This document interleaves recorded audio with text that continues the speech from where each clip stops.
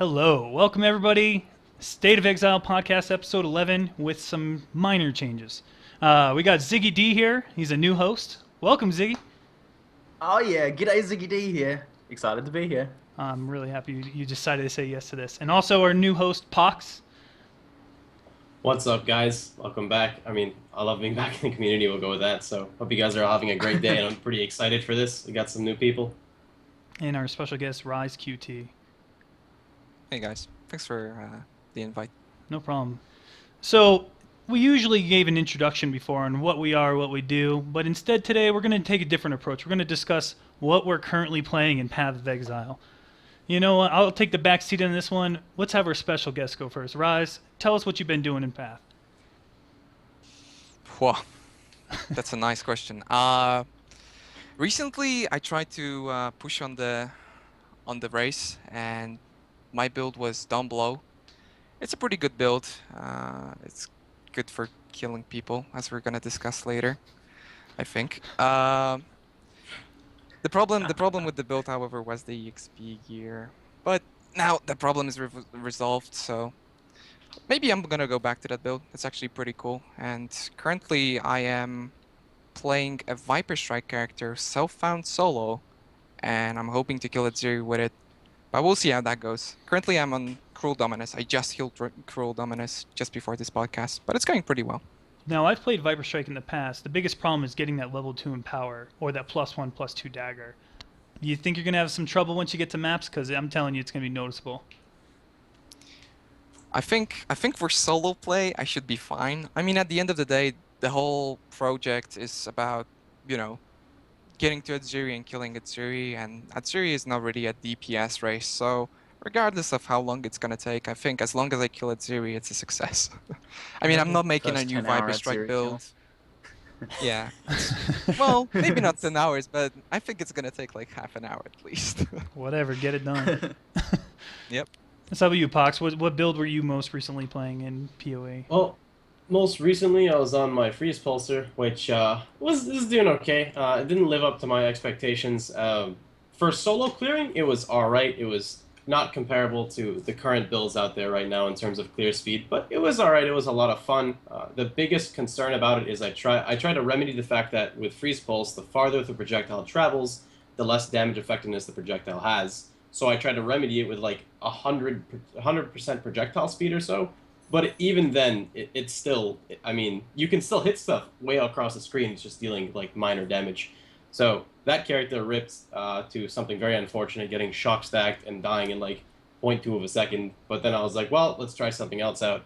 And I have a crit EK that I'm currently leveling, kind of like Ziggy's. Ironically, I didn't know he was making, so it was pretty funny. And Yeah. my goal is, yeah, it was pretty funny. My goal is to kind of be like the Freeze Pulsar, because EK is a projectile that doesn't diminish on damage via projectile range.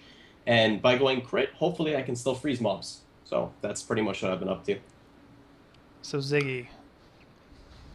I've been doing two builds. I've been going on the softcore 1 month race. I think everyone else has been playing the hardcore one, but giving that a bit of a whirl. It's been a bit of fun.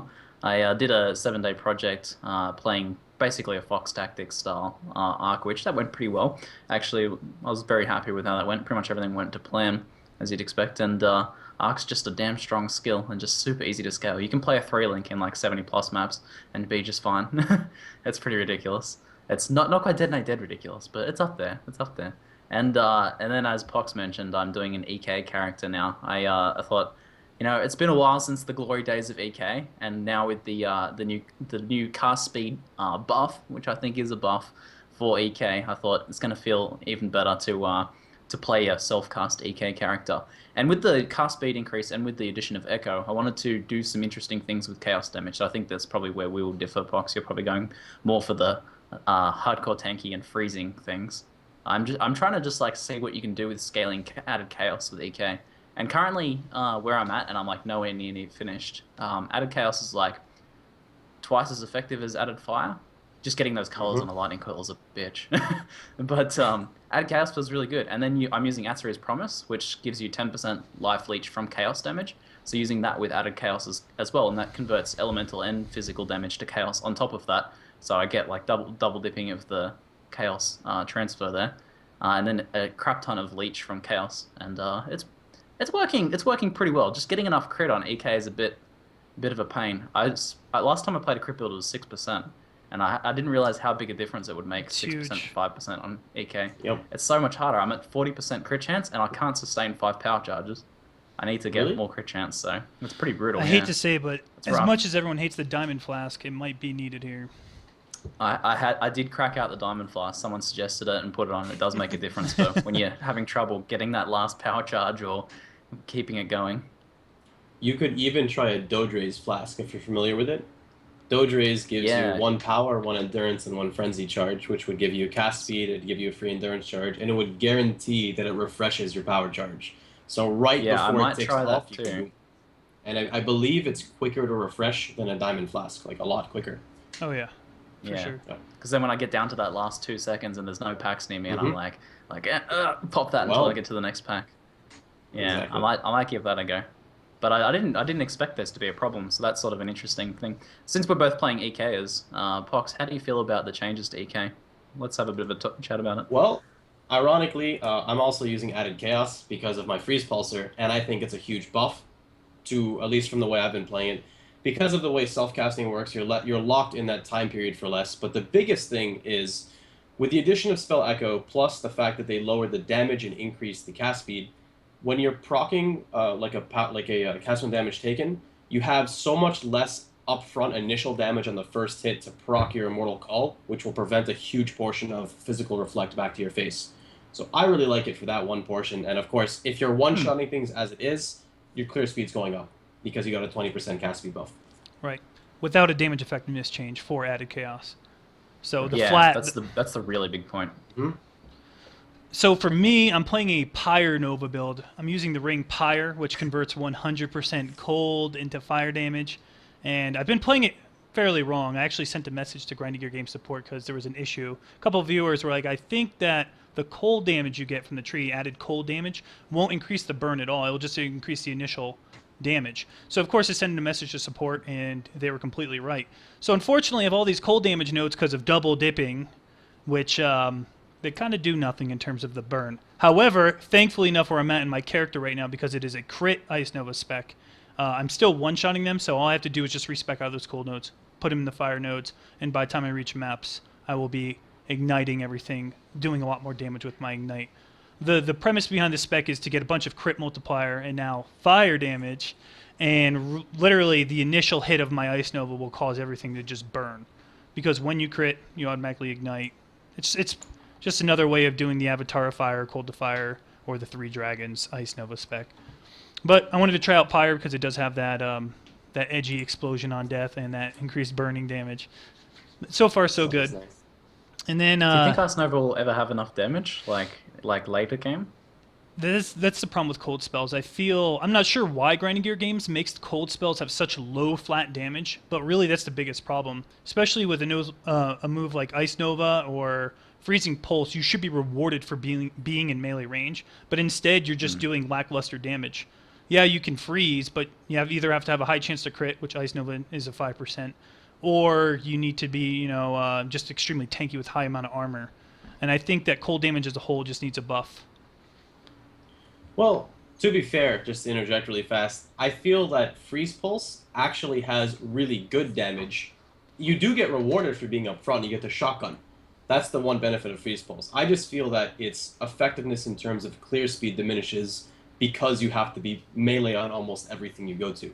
But I do agree with you, Ice Nova, things like that, like even Ice Spear sometimes is just a bit, I guess I can say clunky. It's kind of hard to explain, but I do agree with Ice Nova being, it's great for leveling, same with Freeze Pulse, like you 1 to 2 shot everything you walk by early stages, and then it just starts to diminish and diminish and diminish.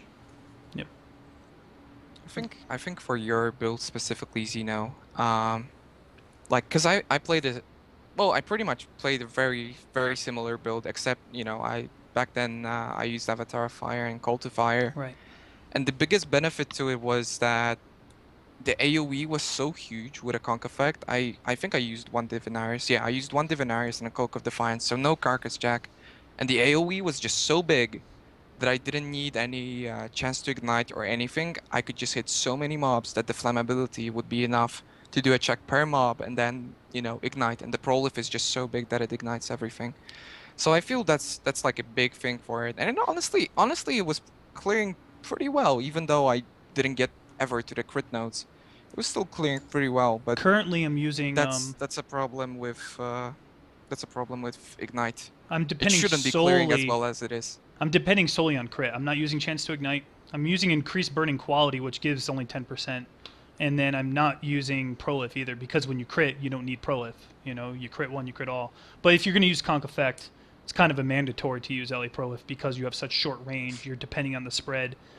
But I suppose you could go either way. The whole spec itself, I'm thinking about just throwing in the graveyard and going hardcore for the last bit of this 1 month with Pohx here. We're both decided to make Glacial Hammer man. Bros. I'm excited. I'm going to bring back the Glacial Hammer Shadow that so many people loved, and he's going to bring out the Glacial Hammer Templar, and we're just going to bro it up in hardcore after this podcast, actually. Never played it before. I'm so excited for this spec. I get to play No Pants Man. No Pants Man? That'll- Wait, did you guys see that That'll be video a that watch Chris for showed sure. today? Well, obviously Ziggy hasn't. He just woke up. But Hold on. Chris made a Garena post about Act I 4 did see coming out. Oh, you did see that. And he even Yeah. mentioned pants You are seen it 2 coming. months ago. Oh, really? I'm pretty sure that was Wilson-esque trolling, guys. I'm fairly certain sure? that was You Wilson-esque sure? trolling. I think so. I think so too. Oh, man, he I'm likes all to slip hyped in up. those little things like that, just as in like, It's like, he's, come he, on. it's very, the New Zealand humor is very close to the Australian humor, you see, and we like to slip things in like that with it being not very it doesn't sound very sarcastic, but our sarcasm is very hard to pick up for people that aren't from our country. So What's the point of sarcasm that's if you what I don't think. pick it I up? think it was yeah, we're just too subtle for you guys. We're too subtle. Well, I'm fair pretty enough. sure I'm pretty sure it was some Wilson-esque trolling. Tier. Anyway, you guys were talking about cold spells. I wanted to ask you guys about Arctic Breath, because that got like a buff proportionate to Arc, and then Arc is crazy now. Everyone's playing Arc. But what about Arctic Breath? How do you guys feel about Arctic Breath? It should be really strong, but no one's playing it. What's going on? Good. You want to do this one, Pohx, or on me? Yeah, you can go. You can take it off. The biggest problem with Arctic Breath is itself. The fact it does not travel above land is the biggest problem. If it goes slow on the ground, it hits the tiniest little pebble and disappears. It drives me That's crazy. what I've heard, but it's like it's a flying thing. Why does it like hit on pebbles and stuff? I don't Because understand. apparently this skull needs to travel on land or something. I don't know. It's actually got a bunch of little centipede legs under it carrying it along or something. You think about those guys when you're going your way to dominance, and you're like, oh my god, I need to use that Like ability. Eagles. And then you play it, and you're like, man, why am I using this ability? Does it? Out of Actually, there curiosity, is- does go on, Raiz? Yeah, go ahead. I was Go just gonna ahead, say, go does ahead. it? Can you put like Pierce on it because it's a projectile? You can. And it, okay, all right, yeah, all right. Go on, though, Raiz. The thing about Arctic Breath is that the problem is, like Zeno said, that it travels on ground, and I completely agree with that. That's exactly the problem is itself. However, a cool thing that Uber Elite pointed me to is that you can do like a quad trapper with LA Prolif with 3 dragons, and then your Arctic Breath is igniting. Yeah, it would ignite Right? 3 dragons. Mm-hmm. All right, it would give it ignite, and the damage is like 30% higher than Fire Trap. Wow. A level 20 does like 30% more than a Fire Trap. So if you would ignite with that, that would actually be more powerful with than Fire Trap. You're better off And using also- Pyre at that point, too. Yeah, actually, yeah. But it actually does more damage, and you know, since it's on a trap, you drop it on the mob directly, so it should hit it 100% of the time. I mean, I didn't test it, but on paper, it should hit the mob 100% of the time. Sometimes it the gets only- stuck on like little pebbles, but The the only problem that I can think of- imagine is that Fire Trap does more AoE. You I was know? actually gonna say that if it's gonna be one of your main abilities, it's gonna be longer cooldown than Fire Trap because it's an actual skill being trapped, which increases the cooldown opposed to a normal trap. That's another thing. Wow, I didn't know that. Till. Okay. I don't know that either. Yeah. Fire But Trap that's the has. exact same cooldown. Are they really? It was because Lightning Trap used to have, at That's least not- from what I remember playing, Lightning Trap was the shortest cooldown of all the trap skills, and then Fire Trap, and then it was the like just You the are regular correct. things being trapped. Trap has 4 seconds, Fire Trap has 3 seconds. 3, But I mean, and you're lightning trap using is 2. Prolific Ignite. It's gonna one-shot Right, everything I'm on the just, entire screen yeah, I'm not anyway. saying it's going to be like detrimental. I was just saying the only thing I could think of. That's all. Okay, can you guys Yeah. stop blowing my mind? First Enduring Cry trap, now this, like, please. That's right. Trappers are pretty Please. OP, Trap Mine. I love trappers. Uncharted Our territory still. enduring cry trapping and theory crafting in the pre-show. Yeah, pretty beastly. Seriously. So do you guys think that the best buff for self-cast Arctic Breath to make it useful then is just to make it travel in the air? Like that would be enough? For self-casting, usable? absolutely, yeah. It would be overpowered, Alright. in my opinion. Maybe something to Well, consider. It's Jay. overpowered, yeah. It's like we Prolif? make it Oh, super yeah. strong, but it's absolutely terrible to use. It's like that's balancing I right think, there. I think that's why their Arctic Breath is the sole reason why they're not buffing cold spells. It's because permafreeze would basically break the game, and I feel Arctic Breath, if it would travel, not on ground, I think it would permafreeze everything in the game. A without question trouble. about that. The If fact you're that you can scale it with AoE with Conk Effect, it's huge. It's just humongous. There are very little cold spells that you can spell that way. I mean, you can scale them, but they obviously have 3 times less damage, so it doesn't matter. Right, as you're saying, so the actual freeze itself will not get extended as Arctic Breath would. Here's something to think about. If you're using 3 dragons, it still keeps the cold on the ground. Same thing with Pyre, but it's dealing fire damage, correct? So you still have that temp chains of chill effect on the ground. Yes. So that's pretty damn broken. But Yeah. Until they I change think it. would be ridiculous. wow, noted. It's just that it travels on ground, and it's so annoying. You can't play it. You just can't play it. Biggest problem That's is it, itself. balanced by being unusable. Alright. So true. So, does anyone else have any other discussion before we go into the next part? We're going to talk about the legendary PK death here. And Stacey is in chat, do it. Raiz. If you want to say sorry again, this is your chance, I think I apologize to Stacey now. I think He has that really, face. really He's sorry. got a grin on his face. Is there. Mano still upset about it? I always have a grin on my face. No, I think Mano's fine too. I mean, Mano took it better than Stacey, I think. Mano was like, "Oh my god, I didn't know. That's so cool," So I think That's that's the better approach. So if you want to give a quick explanation of this PK we're talking about. Hold on. Before he explains, I need to hype it up. Because this event, this is an epic piece of Path of Exile history right here, guys. This is like, for me, right on par with the double Alira corpse explosion, wiping out 2 of the top hardcore players. The classic Kriparian death. This is right on par with that, guys. This needs to be in like the annals of history. This needs to be there. And this needs to be hyped up. This is 2 top 10 hardcore characters dying at once from a mechanic that no one had any idea was even a thing, and it was like an insta death as well. Everyone was just left like, what the hell happened? It was all right. Raiz, explain what happened. Hype.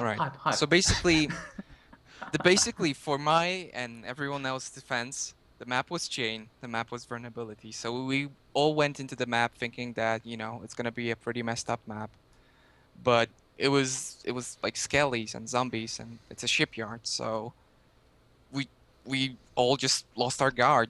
Nobody was thinking about clearing the map. We were all talking on Skype, so everyone lost focus. So then. Nobody noticed, especially me. I guess I should have been the one that should have noticed that there are actually zombies that drop poison, and it is quite known for quite a while now that sometimes don't blow bugs out, and the zombies that you don't blow drop the poison, and instead of dealing the damage to the enemies, it actually never does that, but sometimes it drops the poison twice. So instead of dealing the damage to the enemies, it deals it to the party members. So apparently I downblowed 1 zombie and we were killing the boss and we picked up the loot and the zombie stayed there and it was a vulnerability map. And the zombie died and it dropped the poison and Manocean and Stacey ripped. They ran into the loop. Pretty unfortunate. It was 1 zombie as well, keep that in mind. It was 1 zombie. There was One no zombie. other zombies. So It was why 1 did zombie. it do so much damage? That's the important part there. Well, it works with all the nodes on my tree. So I had a lot of minion nodes. I took a different approach to downblow. I used face breakers for the initial damage, and I had a lot of minion DPS nodes. So that was the way that I was, clearing maps pretty efficiently. And sadly, that all adds up. I never watched the replay because it was too terrible for me. So I never actually watched the replay again, but I suppose that the zombie itself also had increased damage which is multiplicative with everything that I had. Vulnerability map, 40% more damage. It just all stacked up and killed them almost instantly.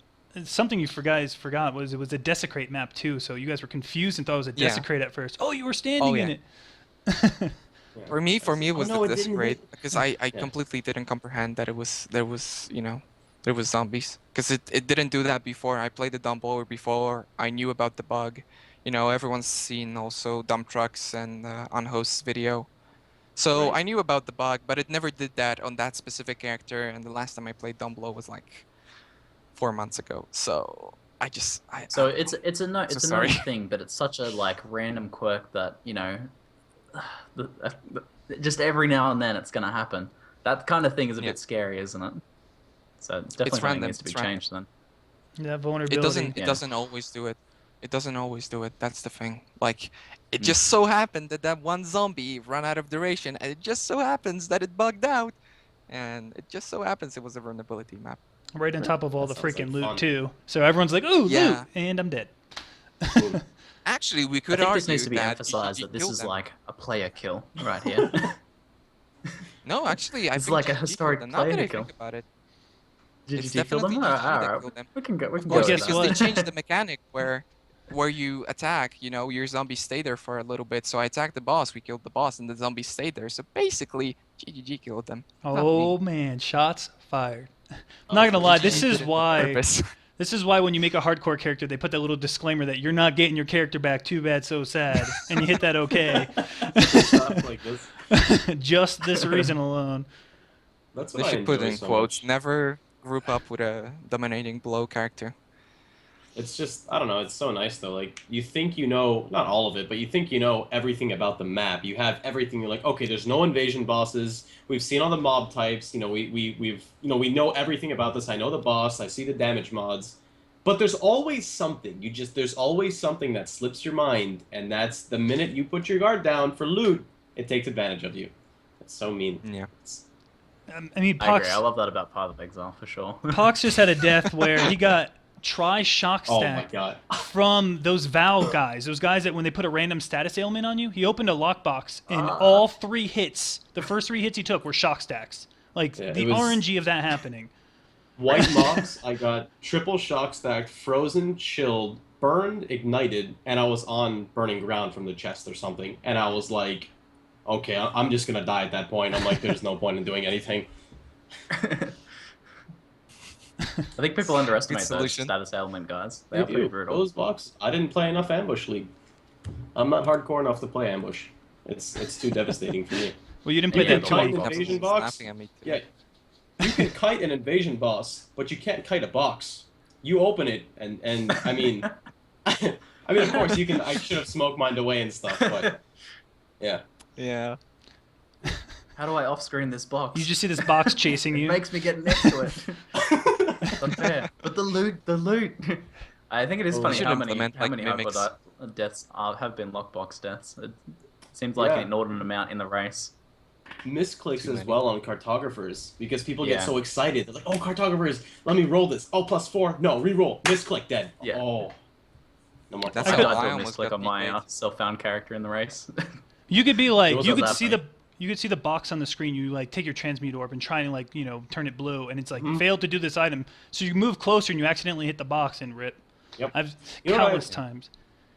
Out of curiosity, I wonder if they'll allow us to shift do it. Like you hold shift like you're Yeah. normally like rolling a piece of gear. If you could shift roll a bot, I think that would be a lot safer because you just move the cursor just a little bit. Makes sense. I think that one's been brought up so many times on Reddit. GGG, please shift click boxes. It's like old news Yeah. now. All right, So how do you so guys feel about the lockboxes in general before we move on, since we're talking about it here? Like, they'll be making, GG said they'll be making their way into the core game, albeit at a rarer rate, and I imagine personally that they're going to be doing some rebalancing of the cartographers. I'd imagine something like less plus levels and less plus items, I think would probably be enough rebalancing. What do you guys think about the lockboxes? Personally, Even I less plus levels. yeah, I would personally like cartographers to just go poof. To be honest, you know, they got rid of like the Thorn Shrine. They've gotten rid of that Nemesis mod. What was it? That the guy that had a massive amount of dodge, Camouflage Predator. Maybe this will be the Camouflage Predator during Oh yeah, Thorn's shrine. They just make it go poof, and no one ever complains. I forgot about that guy. He was an asshole. I actually really like them though. I like it as a mechanic. I just feel they're too powerful. But I do like that having that thing that you want to want to sink a ton of currency into because this could be my key into getting into those maps finally. I do agree with Ziggy because to an extent you run maps and you don't run a map saying, like there's a like you don't. I'm pretty sure we don't run a map and say there's a chance that Combs is going to drop here. But when you see a cartographer's, you get a little even if you nerf it by like half of what it can be, you're still a little excited. There's a chance that box gives me a +2. There's a chance that I get map return out of that box, even if it's the same level map. If you're running a 75, it's your last one. You're about to go dry back to 69s, or you have to spend another 12 chaos or something to buy a new map. That could just be the map that gives you just even one map of a 75 could be a big difference. But if they reduce the rarity of finding them, let's say that one guy who's third in the race is now first in the race, which I know Raiz completely hates when, no matter how well he's playing and someone passes him due to items, it's BS. Like things like experience Due to gear. EXP items. Exactly. And That's this would be a BS. case of EXP as well, bonus EXP gain, because he found the cartographer and you did not. Well, I think- you could go on. Yeah, go ahead. I was just gonna say, to a minor extent, I haven't been as competitive in any type of way as like Rise in the top 10. I barely even get to top 100 on my characters, but I guess you could say, in an extent, you can't really compare it like that, because what if you were to say, oh, there's a guy who Alex every 78 map and rolls magic and pack size and no damage mods every time? True. It's all an RNG element. That is very true. Good argument. I'm actually like I see Ziggy is kind of skeptical about the boxes as well. I would reduce it to no added levels because there's a counter argument to what Pohx is kind of saying. Because every time I watch a stream, at least back in the day, I think it's still the case. I mean, cartographers kind of ruined it, but it's still the case. Every time I watch a stream, somebody gets a 78 or a 77, a +2 map. There's hype already. Everyone's like, calls out the name Shipyard. Everyone's celebrating. Mm-hmm. And to me, cartographers are not an investment at all. To me, cartographers are giving currency. I've spent 100. The most that I've spent was 150 chaos on a cartographers. What does it matter? I got 778s. Each one of those is 20 Yeah. chaos and exalt. Yeah, I agree. I've always Doesn't add made a up for profit me. on And photographers. that's the worst case scenario, right? 150 was honestly the most that I've ever spent. Yeah, In this league, I spent 120. Guess what? It's still paid off. So I think cartographers are fine for sustaining maps and for something to happen every now and then, like that, lucky Carcass Jack drop, lucky Rise of the Phoenix drop.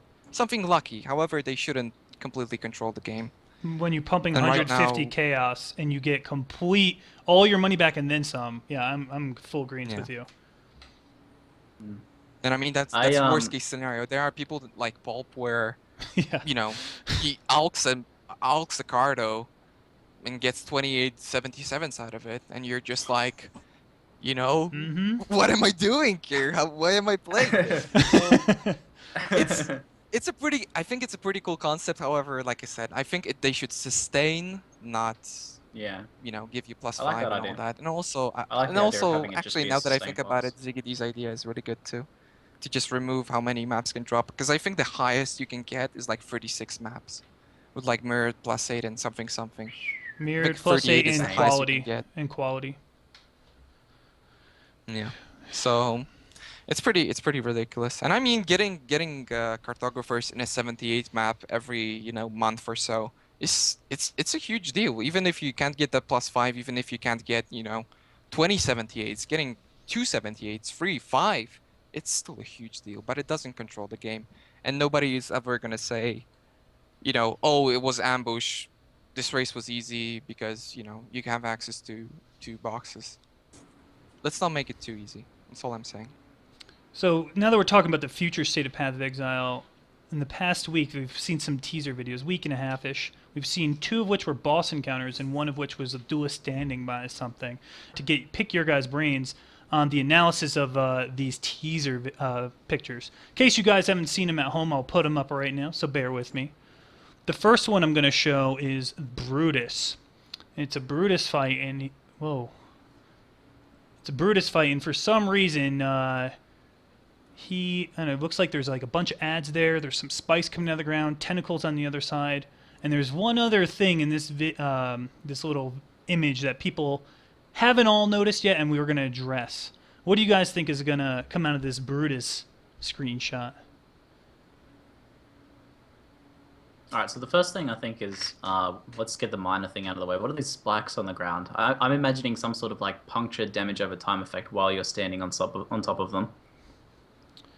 To me, it might be just like an added mechanic that just flat damage, you know, like you step on it and it shoots up at you. I can't think of anything else. Just something that happens during the fight. I don't know what What if it's kind of like something that roots you as well? Because I know it would synergize with Brutus's hook, how he grapples you and pulls you, and they do have Vol Rain of Arrows, which pins you. Oh, so man. it very well could pin you and allow Brutus to pull you in. Something I No. Vol Rain of Arrows is the worst thing. Oh, I ran into in general, Gate in shock and horror, and she Vol Rain of Arrows me right in front of the laser. Oh, so brutal. man. Having that in Brutus.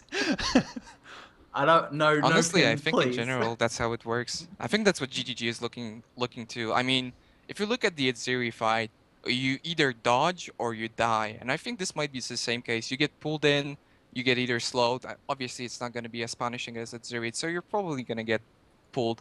So the fight is going to, work around either being enough tanky to actually tank him, or dodge enough so you don't get pulled in and get slowed.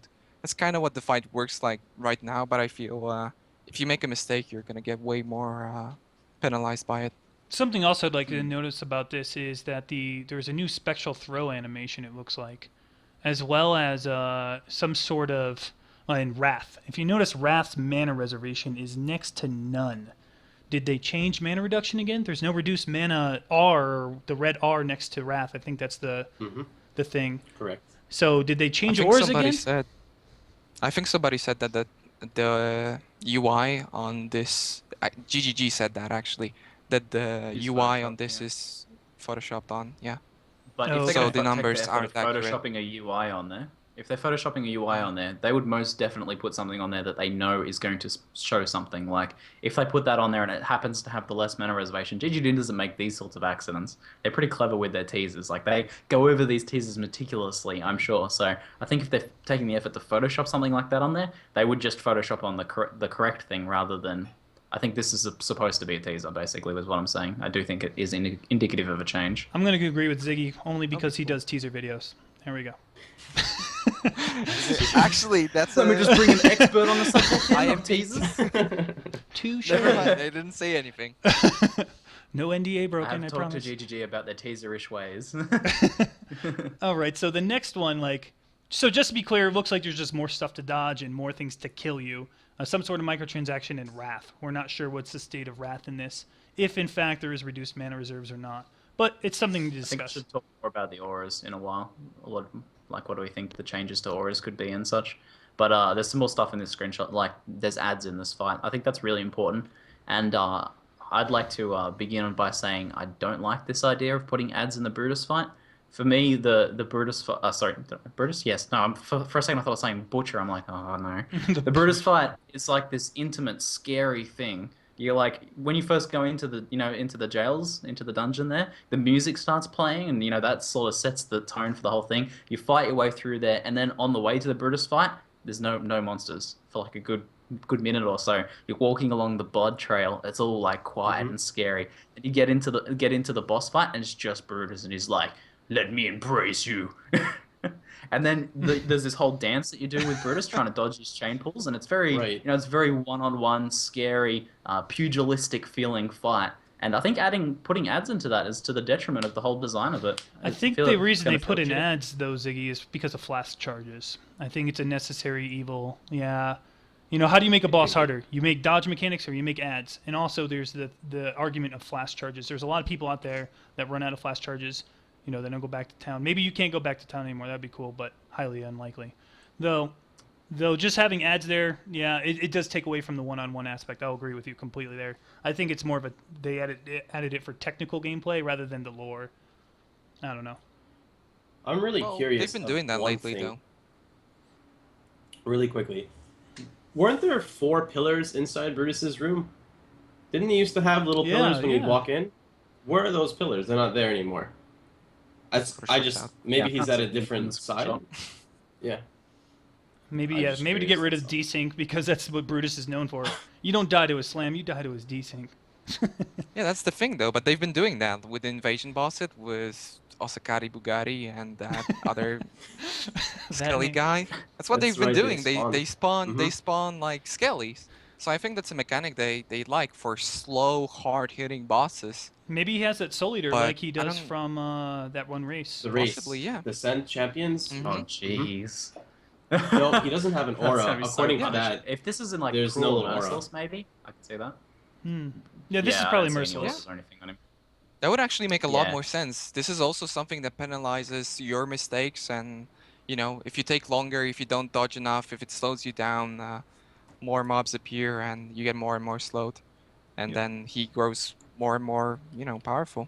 There's not enough DPS checks in this game. You know, usually you could take time with everything. I would love to see a DPS check personally. All right, so let's go into the other way. I like the fact that you can take your time and work your way through the boss with clever play, even if you are under geared. I kind of like that. Don't say that. Oh, they're gonna buff at Ziri. Yeah, they're gonna buff at Ziri, so she has like an enrage timer, and then I can't kill her. So I don't want that. I don't mind enrage timers in game. game. About Ziri's the same, yeah. I think you should be rewarded for taking the time to understand game mechanics to get the best out of your passive tree nodes, or get the best out of your gear. I like enrage timers, not for every boss, but you know, for some. And I think Soul Eater is that enrage timer. You either weave them all up, or you kill him, and then he's going to kill you. So it's like a damned if you do, damned if you don't type scenario. GGG mentioned, or Chris mentioned that the skeletons would come from like falling cages within the room, and that got me thinking about a mechanic, like ignoring the flask charge thing, because I agree that is a problem. Maybe the solution would be to have like flask charges spawn off bosses. If you get them down to a quarter life, you get like some flask charges back or something like that. But a mechanic I'd much rather see in the Brutus fight, and the spikes also give me this idea too, is rather than having ads in the fight, why not? Brutus is like, you know, he's been torturing victims in this jail. Like that's kind of what he does, is like the Punisher in there. Why not have like different like torture machines and stuff in the room that he can interact with, so he can like hit something and then the cages fall down, and then there's like spikes and there's like racks and like different spike traps that spling out, just like lots of different like gruesome things in there.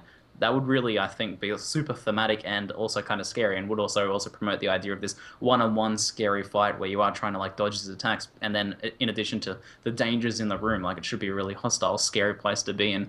That'd be such a good action set piece for Path of Exile, like early in the game. That'd really seal the deal, I think, for lots of new players playing. Like get into this fight, and it's terrifying. It's terrifying because there's like traps and spikes and blood and gore and buckets of heads and stuff everywhere. That's what I'd like to see.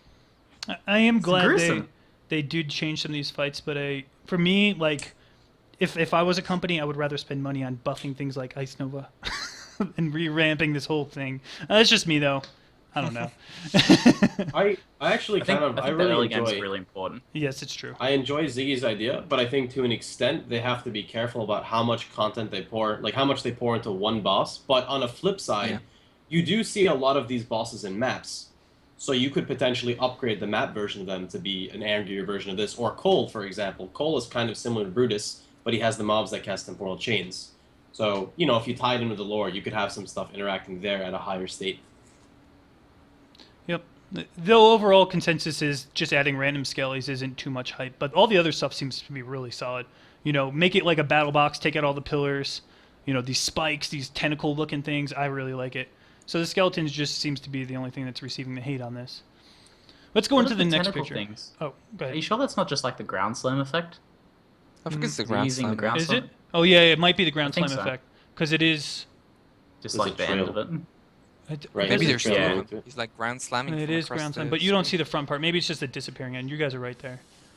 All right, let's look at Mervile here. All right, so there's a lot going on in this picture. Ziggy, go ahead, take the reins on this one.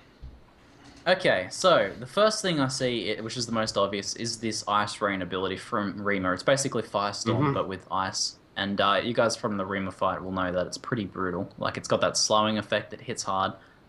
If this is making its way into like the early game Mervale fight, or if I can see it coming in Cruel or Merciless, or at least if it's in the earlier stages, hopefully it's not too too rippy, because it's pretty brutal skill. But I'll just go over what's actually in the screenshot first. Next up is she's using like some sort of ice spear or ice shard or barrage-like ability. I see like three blue streaks that I can't figure out what else they are being, and they look like I don't know what they are.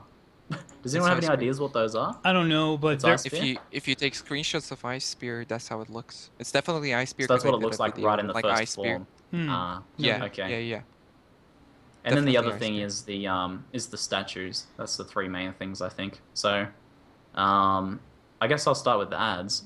I actually don't mind the ads in this fight, despite my qualms in the last fight. Adding some cool statues in this fight, I actually don't mind. There's ads in the second form. Blends well. I don't mind having some ads in the first form, and making the first form more interesting. Actually, I'm more hoping like overall that they make the second form more interesting, because first form is already kind of tough and kind of interesting itself, but the second form is like just Joke face tank fest, and get free yeah. fast charges from the squids, Yeah. like whatever.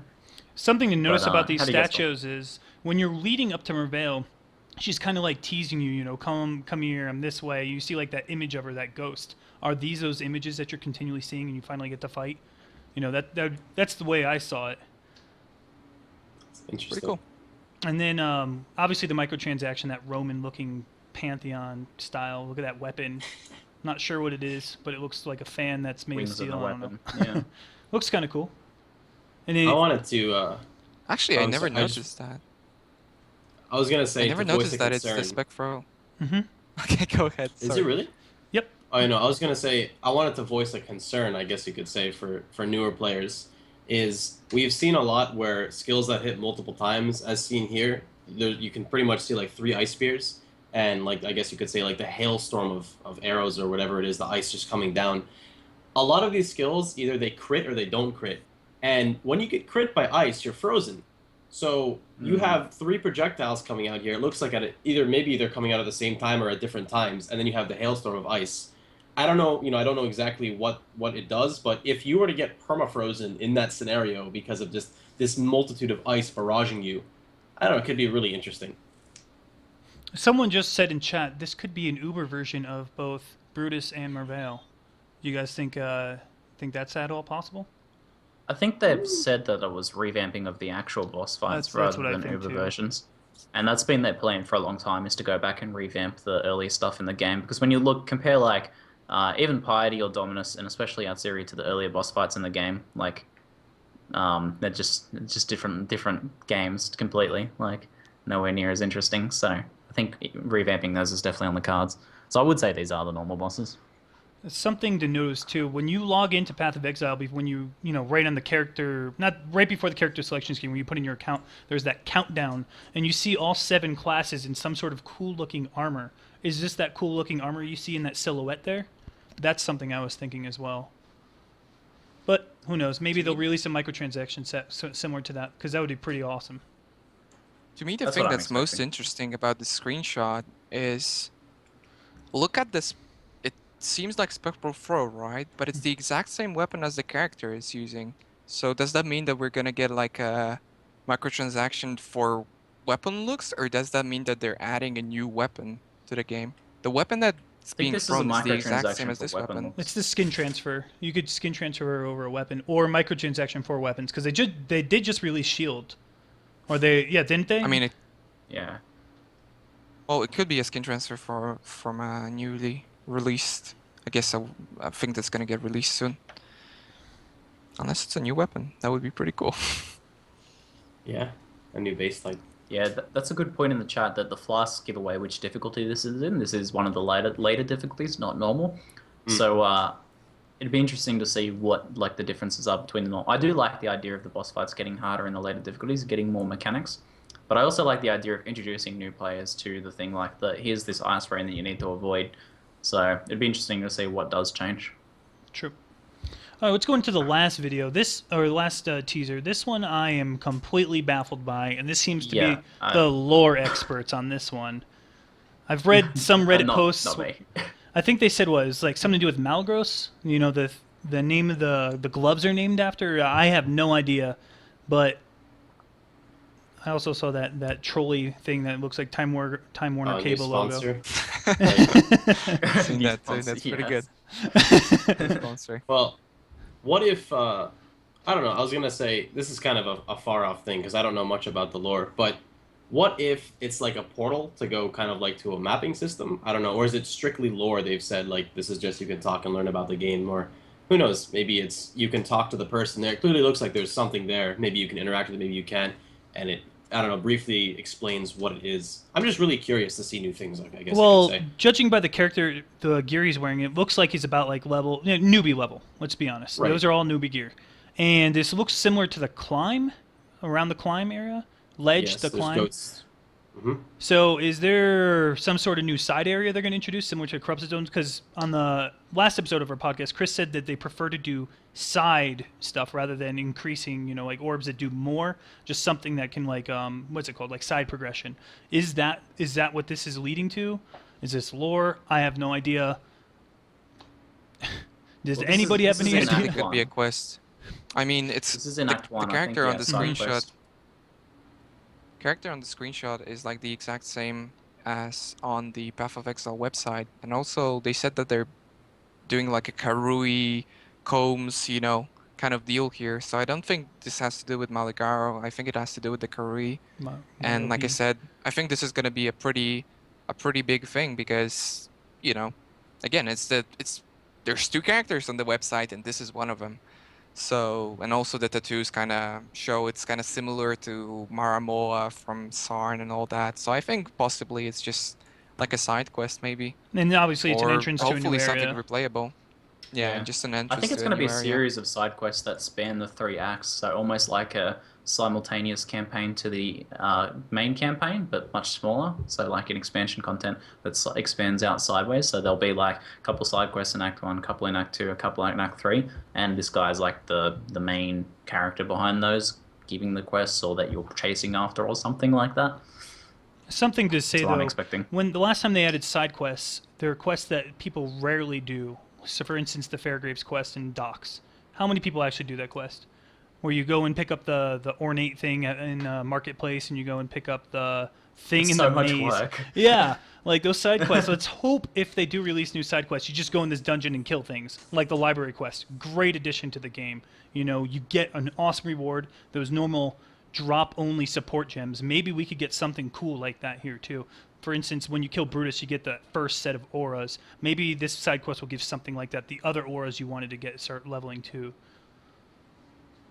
That's what I would like to see at least. No more Fairgraves quests, please.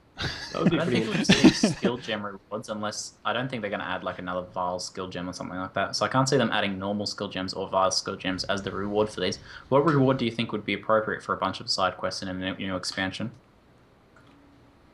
Well, you have respec points. Those are always in high demand when you get to mid to late game. I mean, I'm pretty sure. Yeah.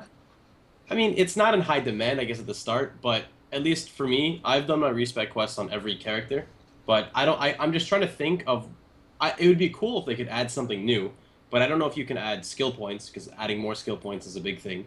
And then I just can't think of what else they would normally add. Like, what idea do you have? I would like to see a skill gem that actually separates the classes from one another. Something that's Ranger exclusive. Something that is Marauder exclusive. Because that way, yeah, there might be one that's more OP than the other, but usually you always hear that famous question when you're a streamer, what class is the best class? Well, now you could say, this class. This is why. Something that makes it so not every character could eventually be the same with a side of 10 to 20 points, How do you feel about that, guys? I don't know. I kind of like that. a little haters. Classes don't matter. Haters. It's nice. It's nice. Don't get me wrong, but it's nice, but it would completely change the game we know it would as change is the meta right now. completely. So Yeah. I don't know. I'm just thinking. Okay, here's another thing to run by. What if doing these quests gives like guaranteed. Now this is something that would apply to people who have some knowledge of the game, so it might not be appropriate, but like a straight up 20% quality gem randomly, or a straight up 20% quality flask. You know, just something that you really, maybe not gem, let's go with flask. Something that, I don't know, I'm just trying to think of what would make the reward different than normal, opposed to, you know, just random rare gear you identify or something else. I don't know if that was Here's my idea. Here's Let's my hear it, idea. Ziggy. Let's pretend that. Let's imagine the screen in the screenshots. There's showing like a new weapon type. Maybe this isn't a microtransaction skin, and maybe a new weapon, like old Karui weapon warfare weaponry and armor, is available, but only in these side areas. There's like a burst of them from a chest at the end, and then the actual area you're fighting, like Karui or something like that, and can get their extra. You can get more of their weaponry that's not usually available in the game. So maybe different types of different bases of gear. We've seen that done in the Atsuri fight with the tri type gear. Maybe a different sort of gear from these side areas, and obviously in the lower difficulties it's not going to matter, but could be interesting gear to change your progression. That could be interesting for new players. And then in the later difficulties there might be a bit of a meta around farming these side areas or these side quests to try and find different gear base types that could be used in different builds. That'd be cool. I think honestly that's the best idea, and that's most likely. Honestly, because they don't tend to add content that's not repeatable. And I mean, you know, corrupted zones, while they might not be the most fun, but it's still, you know, those you gotta get those Rewarding. midnights. You just gotta get those midnights, yo. And this is like a pretty good idea because it's repeatable, and then maybe there's gonna be one really rare one that everyone's gonna try and get, and then maybe it's gonna be easier If to there's craft on uniques that tied to weapon or those as something well, specific. that'd be awesome. Yeah. Do you think that Just they'll something ever? repeatable, endgame, more endgame. Do you always think they'll more ever endgame. release gear that will give like sort of like an heirloom piece of gear, like so like Pillar of the Cage God, it scales with your level. Do you think they'll ever release more gear like that? I don't think so. No. Life springs, they- you know, all hold of on, those didn't items they- that just are so beneficial at the beginning. Wasn't there something that they said they were going to be adding that does scale with level soon? Oh, I don't know. I swear I've had a conversation maybe with one of the devs recently where they were playing around with the idea of more scaling with level. Oh, the new unique axe, the scythe thing, scales with level. Oh, They right. said they wanted to do more of that design. Yeah, it scales with your level, and they were talking about how they like that idea. So I would expect to see more things that scale with level. Yeah. Who knows? Something I completely forgot, viewers back home. If you have not asked any questions, please ask some questions in chat so we can all copy and paste them into this Google Doc so that when the Q&A section comes up, you guys' voice can be heard and your questions can be answered. So I'm encouraging you all to do that. Completely slipped on that one. I haven't seen anything being Totally, posted guys. yet. Oh yeah, forgot about Probably that. really like- and ask him at the end. I really like Ziggy being here because, like, whenever he forgets if it's something told only to him or to the public, we can just go, yes, they did tell us about It that. was on Please the continue, podcast. Ziggy. Yep. And he's just gonna spoil everything. So I really like that. We're so close. I thought we got something that we Wait a actually minute, didn't that was something I wasn't supposed to say. Ziggy, if Thankfully, there's not exactly. too many things I know that I'm not allowed to talk about because it would be difficult. If I you- would forget which I'm things sure. I wasn't. if your idea pops up, I'm blaming NDA. I'm throwing it out there. I'm just saying, Alpha Man. Yeah, disclaimer: I don't actually know that much. I know one thing that I can't spoil, and I won't spoil it because I know exactly what it is, and it won't be spoiled. Good. Just to tease you guys. Now the chat's gonna go bonkers. Thanks. No, that's just rude. So I think the other really important thing from these screenshots was the aura changes. I'd like to get a bit of a dialogue going on these. So what we see is that it has less mana reservation based on the character, and there's no links supporting. Like there's no reduced mana tied to the gem. You can see on the HUD. This isn't through reductions. It could be through passive tree reductions, but I don't think GGG would troll us in that way. I do think this is indicative of at least a reservation change. What sort of balance change would you guys like to see to auras, or what do you think would be happening to auras? Do you think this is only to like anger and wrath, or do you think this might be happening to all auras? Somebody. I feel I shouldn't be talking about this because I'm already too negative All about right, some all of right. the I'll things. take this. So All right, so somebody else auras. should talk about this. The reason most of the flat mana auras got changed was because of blood magic passive. It was, you had very low mana cost on these auras. You use blood magic, there's no increased mana cost because it's just flat. Your health is your mana cost. and they ended up changing them. They made them more strong, but they gave them a ridiculously high percentage-based mana, which people found a way to get past through either uniques, passive tree changes, things like that. If they go back down to the mana, flat mana, I think it's a dangerous path because blood magic will then be OP again. I would like to see blood magic at a point where it's good, but it's not OP, it's not crap like it is now. A viable option, Yes. please. Yes, I want to use blood magic again without having to use a gem. Well, I mean- what if this is complete speculation, but because I'm also kind of in agreement with Raiz. I think auras are kind of insane if used properly and synergized well. So out of curiosity, what if they put a limitation as to how many types of a certain category, like anger, wrath, and hatred are elemental? What if you're limited to one elemental aura? Or or like grace, determination, discipline would affect the three main things, and then you could do that, or vitality, one defensive aura. So that way, but then that might nerf aura characters, and then there might not be a need for, I guess, the mana reservation node. So it's very, iffy. So I guess I don't really know. I'm not really sure. The current state of the game It's very is difficult to balance this. when It's you very guys difficult, I feel. Yeah, it really. When you're streaming, how many times do people say, in this spec, what auras did you use? Meaning, Right. you always All the have to time. use auras in a spec. In There is no auras, spec where you exactly. don't use auras. And that's sadly what the meta is.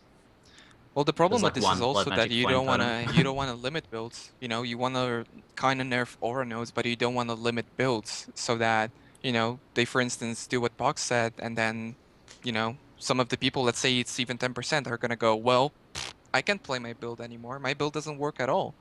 So it's a difficult balance. There's something that needs to be done with blood magic, but the thing about PoE players and just PoE in general, I feel it's never average. It's always either total garbage or too good. Yep.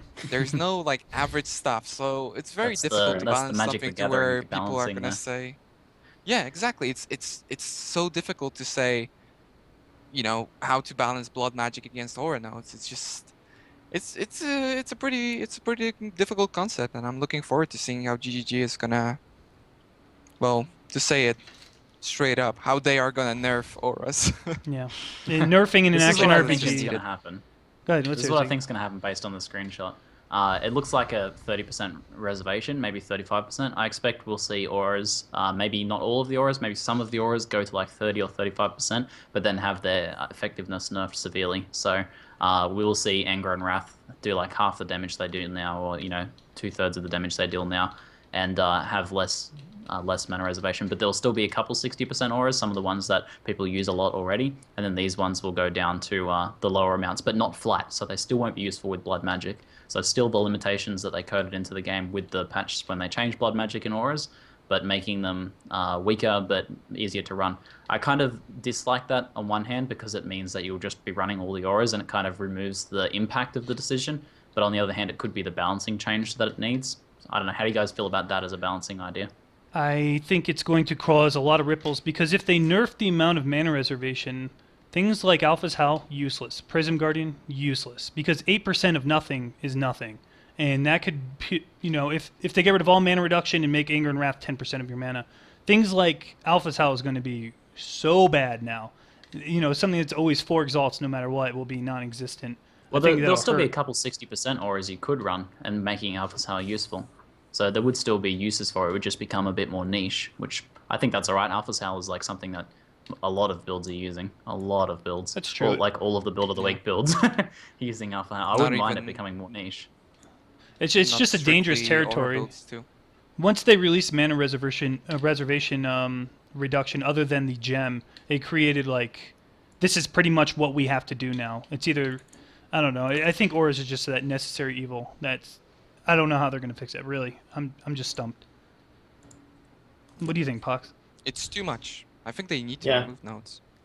Kind of like what Raiz goes with, I have to agree because I've been thinking this whole time, what could you possibly do? But if you pull one thing out, it's gonna drastically affect another. Literally, if you just removed one cluster of aura nodes, it would nerf 95% of all elemental builds, 95% of all support builds, 95% of all wander builds. Yeah. So you have to be very careful with how you just pull something out or just throw something in, for example. I don't know. I I think mean, auras in general is it's just never going to be fixed. maybe. I mean, I think they did a good thing with how spread out they are. Maybe they are just too strong. I mean, rarely ever, unless you're playing maybe a CI build, do you actually, get aura nodes unless it's for some reason incredibly efficient for your build. But if your build is not built around the aura nodes, you maybe could get sovereignty, you maybe could get influence, but they are very far apart. So maybe if you nerf those a little bit, you could still have like, elemental builds viable, and yet you have to sacrifice a lot of points to travel to all the aura nodes. Maybe even separate them a little bit more. I don't know. It's honestly very, very difficult. Okay. Meister suggested auras having flat mana with BM and percent mana with on mana. How do you feel about that idea? That'd be like weird to implement, I could imagine, but if let's say we could implement something like that, You how do would you go think? BM How do you think almost that would go? always. You would pretty much. I feel like that would be the case too. Yeah. It would be you would need to have it be ridiculously high life, but then everyone would just play like, 7,000 life characters, 8,000 life characters. I think that would be too rough to balance. Yeah, I remember Grace was it's on a good flat idea, mana. but life is too strong already. Grace is already arguably one of the strongest auras in the game. And then when it was on flat mana, it was like every was build insane. had Grace. No matter what, you were using Grace. There was no reason not to run it. Yeah. And that was back before when Dex was unaffected by Iron Reflexes, and that was just, yeah. I think the overall result is that even like any changes is going to be really rough with auras. Like this is going to be, as I think Raiz said, just really hard to balance, and I'm really excited to see what ZiggyD is doing with it. It's like even just like lowering the auras, making you able to equip more, could have like big ripple effects. Making them a little bit weaker, have big ripple effects. I have no idea what they can do with I this. think that's the same result no matter what. Maybe just altogether, I mean, low life is pretty broken. Maybe altogether just do something more penalizing to low life than just losing, a lot of life. Then people can't afford to get as many auras. Sure, you can still get 4 or 5 auras, but if you can't pull low life, maybe it won't be as powerful. And then still nerf Moving on top some of of the it, aura because even nodes? if you, I mean, no, just make it so that low life is a little bit, I mean, a lot weaker. Just make low life a lot weaker, and then somehow increase the cost of auras, so there's actually a limited amount that you can run. Because right now it's like, I'm doing a elemental character, right? Let's say it's elemental boss saw. You don't only get anger and wrath, you also get, grace, haste, determination, everything. You just get everything because you can. Because you can But reserve it what on if your you life. can only afford those offensive nodes? Yeah, because you can afford to reserve the life nodes as well. So I think something like 4 or 5 auras is fine on a character that's strictly an aura bot, but it's like I said before, it's just so difficult. It would be so crazy. I don't know. What the solution to Maybe a this is. keystone in the game that allows it so, let's say every character can only use 2 auras, period. Get a keystone that allows you to use more auras, but penalizes you harshly on the other end. So that way the aura bots don't get hurt, the supporters, and then you don't see all these crazy 6 aura characters, low life, murdering Actually, I like everything. that idea. Finally, I Yeah, did one. that's like that actually idea. really good. Zeno, And then just- also good the work. thing about it, you can spread out the auras even more. You can spread them out even more, so the penalty itself would be traveling through the tree and getting less survivability. Good call. There it is. We did it. It's problem Have solved. like 4 additional aura nodes on the tree, but each comes with a big penalty. Right. Yeah. But you can I like run that. 1 additional aura, for instance. Yeah, Like the yeah. same way I like totems that, work. actually. I mean, the totem fix was pretty good. Yep. So, this kind of works. So, anyways, now that we're all auraed out, let's talk about other current metas in the game. Detonate Dead. Ugh. My honest opinion is Detonate Dead, rank 1, low mana cost, 18%, right? It's 18% of the mob's health. And of course, you don't need gear. You can go pure tankiness. So every single one of your nodes is pretty much tankiness. What do we need to do to fix it? Because let's be honest, some people are crying nerf bat. Well, really fast, one more thing to address on top of that I know Raiz wants to go into is every EXP item you can get in the game benefits Detonate Dead. So with most builds, like you can't really run experience items because you're nerfing yourself. You're nerfing your damage, you're nerfing all these other attributes of your character. But Detonate Dead synergizes with the fact that you gain elemental damage, you gain, intelligence for your Eldritch Battery, which goes to your Arctic Armor, which all of these things, every single piece of gear coincidentally works with one of the best specs, if not the best spec in the game. So that's one thing I wanted to address as well. Perhaps I nerf think everyone's just gonna think I'm the grumpiest person on the planet after Do this it. podcast because you keep talking about stuff that's just utterly broken. No, But it's I mean, the I meta. think honestly, EXP on a positive note, I think GGG did a great job with hotfixing the EXP gear last patch, and I think EXP gear is fine now. It's cool that you still get the penalty of getting less life, and even if you equip all of the, well, less defense, less survivability, and even if you equip all the items, it's just 21%. That's manageable as compared to the 500 like it was before. So I like that they hotfixed EXP gear. No. Just on a side note. Okay. No, Detonate Dead, you should force the player to level it. No one likes, if you're going to use a level 1 gem, there needs to be a drawback. The only time you don't ever really level a gem is if you're playing an elemental spec like elemental, I don't know, Reeve. You don't level it up because you're increasing the mana cost and it only scales with physical damage. Obviously, it's a clunky spec, but that would be an example of why it's okay not to level the gem. However, with Detonate Dead, by not leveling it, there's little gain by leveling that because you're getting just physical damage upon leveling up. The percentile damage doesn't scale. The mana cost goes up for the amount of lackluster damage you gain. So do you think a change would be lower the effectiveness of the maybe 12% at rank 1, maybe keep it at 18% at rank max rank, and force yourself to level up the gem? Do you think that's what they should do? No? I think lower. Definitely I think enforce it should level. be an interesting choice. But yeah, I think scaling the percentage life is good. Maybe having it start even lower than 12%. Oh, But okay, what I lower. would also like to see is the physical damage higher, so that you have an interesting drawback in that leveling it, you get more percentage damage, but you have a bunch of fizz damage, so fizz reflect is a problem. So you have at least that interesting extra problem to deal with. Now, the making thing fizz is, though, reflect really Ziggy, high. if you make the fizz damage higher, people are going to use added fire, which adds to the ignite, which is the problem right now. Think that. That's true. That's true. But What at least if- that's a flat damage scaling, not a percentage damage scaling of Okay. mob life, which is Right. broken. So this might be sensitive to bring up, but I just thought of something. What if Detonate Dead's level has to match the level of the corpse? Not on a 1-on-1, but like a level 1 Detonate Dead cannot detonate a level 78 mob's corpse. Like, just so it scales to a certain degree. That way, I mean, you kind of have to level in a way, and it bumps up the mana cost, and you can't just use a level 1 Detonate Dead to just clear maps, all day long. Your idea fixes the current meta, but then rest in peace, Detonate Dead.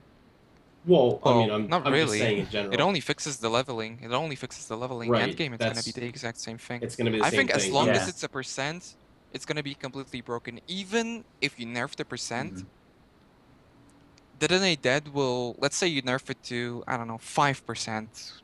gonna do a Something lot. like 5%. It's still gonna be strong. And even if people don't use it for just clearing maps, it's still gonna be used by every build for boss kills. Like every single build. That's Let's say the Courtyard core boss, problem. even with Any 5%, percentage it's too strong. thing. Yeah, Mm. yeah. The percent In is the any problem. action RPG, any percentage of mob life damage dealing thing is always Is insane. ridiculously hard to balance. There's a bunch of stuff in Diablo 3, for example, another action RPG, completely different meta. All the percentage things are super broken, and it's exactly the same here. Like whenever you have like large numbers on mob life compared to your normal damage, percentage just gets more and more like stronger and stronger. It just scales infinitely. So yeah. the How about percentage this one, problem, maybe guys? making it a flat amount would fix it. How about not only increasing it flat by making it flat amount? Currently, it doesn't have the tag spell. Maybe making it flat amount, scaling with spell damage, and here's the big one: using spell echo with it. By using spell echo, enabling the use of spell echo with flat damage, Detonate Dead would have a completely new meta. Maybe it won't be overpowered because it's no longer percentage like you were saying, Raiz. And now you can have a fun new way to play because Desecrate drops 3 corpses, spell echo 2. Think it would be worth it? I think a cool thing that they did with EK that they could also do with DD is kind of what you're saying, where it's a flat amount, but to keep it as a unique spell, we don't want another spell that just does a finite amount of damage and you scale it, and that's basically every spell. But the way you said it would be really cool if it would scale with just cast speed. cast speed would be really cool because then you have to balance, you know, casting Desecrate, casting Detonate Dead, Exactly. and having enough cast speed to actually make it good. So I really like that idea. Because it would still remain a unique spell, and if they balance it right, it wouldn't be percentage, but it would still be, like I said, a unique skill that's interesting. That's just interesting. Very Now, unique. the thing we haven't really discussed yet is elemental proliferation. The gem itself is just amazing. Is that the real problem here? Yeah. And a Yes. couple of people in chat wanted me to bring it up, and can't believe we actually completely airballed that. But Right. LA Prolif is not only good in situations like Detonate Dead, percentile scaling Ignite, but also in instances with shock stacking, which isn't More freezing. and more freezing, things like that. LA Prolif is pretty much a staple Everything. in any elemental build. But do you guys think this gem needs to be changed? Yes. Well, it's yes, but it's scary because if you do it to nerf a build that's overpowered, it's going to nerf a build that is semi like okay with the use of that gem. So it's It nerfs one of those interesting things builds. like right with the aura, you know, the aura itch situation is you have to be so careful about what you mess around with because, for example, with our glacial hammer build, we're not really going to. I mean, what's going to happen after we can't do it? Or trappers, you throw a fire trap, what's it going to proliferate to if you can't do it properly? Like, you just have to be so careful. But I do believe that it should be, in my opinion, tweaked or changed a little bit because it enables so many things. It's especially end game. Like the more you level up that gem, there's no downside to leveling it up. The AOE radius, like I'll freeze a mob with glacial hammer, and across the map, everything will be frozen because of how proliferate works. exactly. It's nuts. The AOE on Nerf leveling, the range. yeah, the range is probably what needs to be tweaked the most. Because you If- can if use the Conk nerf- Effect. If the range would be nerf, it's good. If you use Conk the Effect, nerf. Yeah. like Conk Effect doesn't It's affect just- LA it's Prolif just that- at all. Okay, sorry. No, you're good. You're good. Go ahead. We keep doing it. It's just that it's just that you know what's the biggest problem? It's not like you know the not to bash on Crib, but you know he's the master of the Ignite builds. Like everyone recognizes that Ignite builds are just overpowered. Not necessarily because, well, back in his days maybe they actually did proper damage. Nowadays, other than DD, I mean Ignite builds don't actually do that much damage, but they get older, you know, clear speed from just how Prolif. huge you can get Prolif. So maybe if AoE nodes wouldn't work on it, maybe if they just reduce the base radius on Prolif, something like that, make it a steady base and level it for other reasons. I don't know, just duration on the Prolif or something like that. I feel would be a lot better because it would still be, you know, you wouldn't necessarily nerf builds, but you would nerf clear speed, which is ultimately what I feel everyone's looking for. Just nerf the clear speed a little bit. You can't, you know, a Prolif that covers the entire screen is not fine because how can melee compete with that? You get a small, tiny little circle, and then Prolif is just like Yeah. 4 screens away. Someone in One thing chat. to add I agree with the radius change. Another thing I wanted to suggest though was what about like an effectiveness, like a lowering of effectiveness for the proliferated enemies. So the initial target has the higher initial burn damage, but then proliferated enemies take 50% of proliferated of the burn. So the damage is 50% less, or the duration is 50% less on freeze, or the shock duration is 50% less. What about something like that? Would that work? I think that'd nerf fire the most. I think it's But that fine might not because be a it's bad thing. adding a drawback to the gem, which I feel it needs. I don't know 50%, but I mean in general, I think certain gems need a drawback, and this is a free, you know, proliferation to your entire screen with no drawback aside from a mana multiplier. Yep. Somebody in chat, Busa, I believe his name is, said make a maximum amount of mobs that can be affected by a proliferation. So that way you're forced to continually cast. Or instead of just one hit discharge, you have to use it multiple times. I mean, Actually, people get a lot that of could duration work. and stuff. Yeah. People get What a if lot you of put in a duration. You can, yeah. But what if you put an effective range on it? Not like maximum range. I mean, kind of like how Raiz was saying, reducing the range. What if you make it so like Freeze Pulse loses damage effectiveness as it spreads? What about that, for example? So that way, you know, Detonate way Dead down, that the hits your weaker it whole is. screen. That makes a lot of sense. You could Yeah. lower it. So, I like that idea. but and that That's wouldn't a lot nerf better. builds too badly. Things like Fire Trap, which isn't huge. I mean, I guess it depends on the build you do. It's mainly that condensed area. Or Flame Blast. I guess Flame Blast is kind of all over, but I don't think anything beats Detonate Dead in terms of let me, you know, detonate a corpse at the bottom right of my screen and kill Pie Deeps at the top left that I didn't even see. So I think Pohx Yeah. won this argument or discussion. Yeah. High five.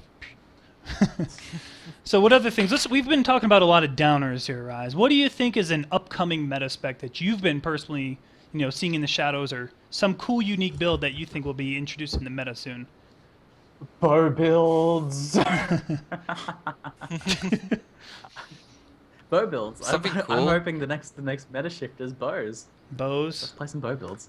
Well, then he said Bow they're movement skill. We need a bow movement skill, and we need an overall buff to bows in general, kind of like an across the board increase to match, spectral throw. And then we need some like end game stepping stone unique, so pre-lionized stuff or around the lionized area, like Piscator's Vigil for bow builds. We need a few more things like that, and that's what I think. That's the trifecta for fixing bows.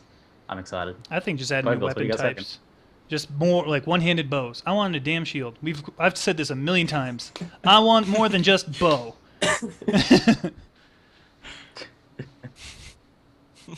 every other No class more gets to use thoughts on bows? shields. No one else is hyped for bows. Am I the only one who cares? I want a bow mobility skill. I think that Yeah. bows themselves they are Yeah. weak, but I think that if they had a mobility skill, then they could somewhat compete. Because when it comes to mapping, Raiz knows this definitely. It's all about clear speed. If you have clear speed, then you can compete. If you don't have clear speed, you can't compete. Bows don't have. I mean, unless you're gonna, you could realistically weapon swap and leap slam or like lightning warp and stuff. But I mean, it's just, yeah. Well, people always make the argument, oh, well, there's smoke screen. Smoke screen doesn't get me out unless I put it before I go in. I'm sorry. Yeah. Smoke screen That's not is a ambush movement ability, boxes. no. I would like to see, like someone mentioned Wow. in chat, a grappling hook ability. You fire it, there's a bit of a delay before it goes off, so you can do some duration tinkling. Pretty similar to lightning warp, I guess. But then maybe as you travel, because you're actually traveling that space, you knock back mobs or something like that, cause a knockback stun, something like that. I'm going to I touch would on use your... that. Ever use that? I would No do it. way in hardcore people would use that. I'm I going would to... use it Set as it- a That's offensive super skill. suicide. No? No one would use Brutus that, the hooks me, knockback stun I would ability? grapple him back. It's kind of difficult because people played those, point blank, chin sol, Reign of Arrows builds where you melee with a bow and all that. So I guess maybe, I don't know. Why don't we That's just that's touch a up- pretty cool concept, but Let's it would talk- have to be really fast. It would have to actually, I don't think there should be a penalty. It should be like just Instant. provide you with so much movement speed, so much just faster moving around that it would be good to Yeah. justify the risk of just jumping in. I'm going to be that guy and So- say, you have a Diablo 3 poster in your background and you didn't say Vault. Like, come on. Vault Yeah, I would, was I would Play amazing. Vault I love Vault. I would play Vault like crazy. Although Vault is pretty bad for like rubber banding in D3, and I can't imagine it with desync in PoE. It's all So right. I think it'd be We're fun. used would to be it allowed over that here. Desync, bring it on. that's why I didn't. That's That's why I That's didn't kind of suggest whirling Vault. blades. I think Ziggy's Yeah, idea is Whirling way Blades is cooler. Vault, but it Kind of doesn't like work with, Whirling Blades. bows. It's like, Mm. yeah. But Whirling Blades could is work kind like of that Whirling skill Blades, but like with no Vault. damage. It works the same thing. Were But, they bringing the phase run back? hook would be something new. Because I don't know if they. I One just day, heard it's some stuff. to be decided. Okay, because that would help them a little bit. They have, they can pop it and run. So it's okay. Like I'm saying, that is one thing to look forward to if and or when it comes back for a It's like mobility skill. Quicksilver's though. It's the same as a Quicksilver. Can you use that Yeah. a Quicksilver with a double roll Quicksilver?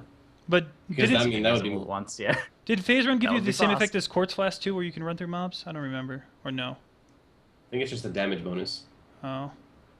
right? You'd hit it, you get a damage bonus for the next hit. I Yeah, think. that's You get right. movement speed. That's yeah, right. it was a bonus first damage hit. Maybe if they Yeah, made it like like a a little Quartz ethereal. Flask effect as well with it, but then Quartz Flask, rest in peace. Never mind. It's not going to happen. Just give me Vault. Or Disengage from WoW. Either or, I'm happy. And disengage is cool too. Disengage is whatever direction you're facing the mob, it would push you backwards from that direction. So you could use it, you can use their disengage into a pack or out of a pack. Whatever way you were facing would shoot you the opposite. It was pretty good. And then you could get like a move speed buff afterward. I don't know. But bows, So man, I this go comes for up. one and I'll be back. Okay. Bows are those things that get talked about all the time. We need a fix, we need a fix. Mobility skill, it's been brought up a million times. I don't know if it ever happened. I'm I wonder. definitely in agreement. I think it's cool. I think the hook's cool. The hook? Now that I think about it, the more I want think it. about it, Yeah, It's it's cooler. cool. It It's way doesn't matter cooler. if it's good, as long as it's cool. yeah, That's exactly. I'm fine I with agree. that. If you make PoE a is all build look about fun, exploration anyway. exactly. I mean, who knows what could happen? Increased AOE, reduced duration, faster casting, your hook will just like zoom. Like who knows? I mean, it's all about fun. So if you can enjoy your build, like you might have the most boring but effective build in the world, but you can't play it for more than 2 hours. But you can play an effective, fun build that's, semi okay, but it keeps you entertained, so you can keep on going and going and going. But that's more of like a psychological game. So, Pohx, what happens if the hook scaled with projectile speed? Then I would have a lot of fun because I would. Across the map? Yeah, I'd be like, all right, guys, watch this. Watch this. Ball, Cyclone, hook at the same time, bring everything with you. Ultimate PK skill. Oh my So- god. It would be so awesome. Then just log out.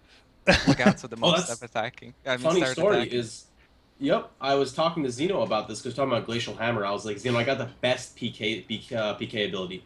It's like the best. So Wait, you wait, get wait, like hold an up, Exile. Pohx. Hold. You're telling the biggest PKer in the world right now how to PK people. I'm just saying. I'm just adding something on. Adding something We're on. talking to his about honor. somebody So, all in right. the chat. What is Ready? this? Okay, so here you go. An Exile pops up, like Flame Blast Exile comes, or something with an Exile comes, and immediately just Glacial Hammer everybody in and log out, and then you'll never know what happens. And then nobody will even know it was you. You just log right out, log back in, see people rip off the ladder. Mission complete. What did I step back into here? What the hell? Absolutely Pohx nothing, is my teaching friend. Raiz how to Mission PK, complete. essentially. Best side quest ever. Okay. I see. Yeah, they should have a side quest. Kill a friend, get a level 20 gem. I like it. Oh my god. Anyways, I guess this is Going meta on. discussion now. I'm a little too excited. I apologize. It's okay, Pohx. It's all in good fun. All right, now I want to take this moment here to allow Raiz to say what he wants to say about flasks. Something positive The for a RaizQT change. soapbox. Let's do it. I mean, this is gonna be more of a public announcement kind of thing than anything else. I honestly, like I said, more of a discussion and just public announcement. People, use your flasks, okay? Flasks are something you really have to use. I mean, I can't show my stream right now, but basically, it's a simple concept. Many people say that Leech is, underpowered right now. It's just weak. People say it's good to get just regen nodes, but most of the time they don't utilize their flasks. Just keep in mind, if you know for a fact that you're using Flame Blast, you know for a fact you're about to kill 20 mobs and you're at 60% life or whatever, 80%, just even 95. Click your flasks. I mean, it's just so good. Regens you to full health. You're prepared for the next pack, and you always have your flasks. I also feel many people don't take the advantage of flasks and don't realize how powerful flasks are when it comes to the mitigation.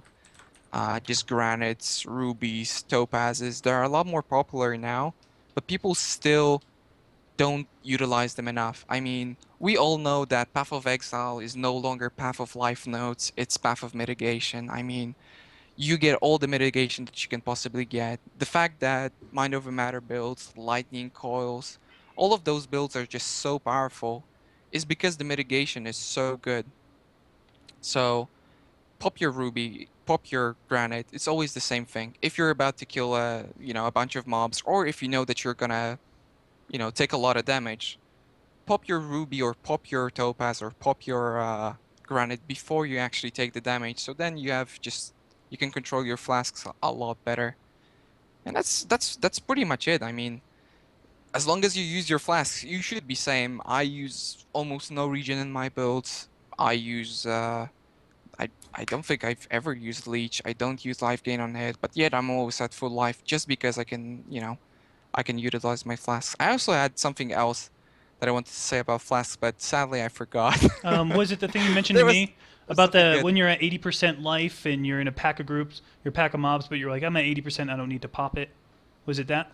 You were briefing me earlier? No, that's You kind went of over what I that said at the start. before. Oh well. Yeah, because yeah, you're gonna get the charges back. You might as well top yourself off. Oh, okay, got it. Yeah. Exactly. How about just have to rolling your emphasize, flasks? I ride my flasks so hard. I'm always using them. Always using flasks. If you're not using flasks, why aren't you? Like, if you have a full granite, why aren't you using it right now? It's going to charge up constantly through the map. They Right. refill endlessly, and there's so much difference. I just think one of the biggest differences between like a really good player and a an amateur player, especially like in races, but in just in general gameplay as well, is their flask use, that they're using flasks effectively, they're using the correct flasks, they've set up their flasks properly, and they know they know how and when to use them, and they're using them all the time. They are actually making use of it. It's like probes and pilots from StarCraft. It's like one of the key fundamentals of gameplay for Path of Exile. These aren't potions. Flasks aren't healing potions. They are healing flasks, but flasks are so much more. They have so much more effect. I always say like good flasks can carry you much harder than good gear can. Exactly. So I think Always definitely roll your use them. flasks. Like Exactly as what Zeno said. Always roll your flasks. Like you're level 34, you get that big jump in flasks, roll them. If it's a new league, always roll them. Get, those seedings, those staunchings, bobblings, whatever you can get. Right. Just make sure you get it because it's a huge jump in just flasks effectiveness. It's like I don't. It's almost twice as much. I don't quite remember how much it is, but level 34 a flask sapping is almost twice as sanctified is much like as the 600 previous. life per second. It Yeah. goes from 380 life to 600 life rise, and then right after Yeah. that, the On the jump. colossal is 600 to 700. I mean, that's just straight up ridiculous. And also, I feel this is the problem with CI, like I mentioned a little bit before. What does it matter? People always treat flasks as this last case thing where you drop the 20%, bam, you always hear people smash your flask on Mumble or on Ventrilo, it's just that slam. Instead of just constantly, most of the time those rips or those near rips is just people taking damage constantly, not like, from 100 to Hmm. 0. And then they So notice just the flicker in the yeah, screen. and then they notice exactly. And that's why I feel CI is so underrated right now because people don't take the advantage of the fact that what does it matter if you have free seating flasks and spam all three of them, you empty them out completely and you regenerate like what 4K life.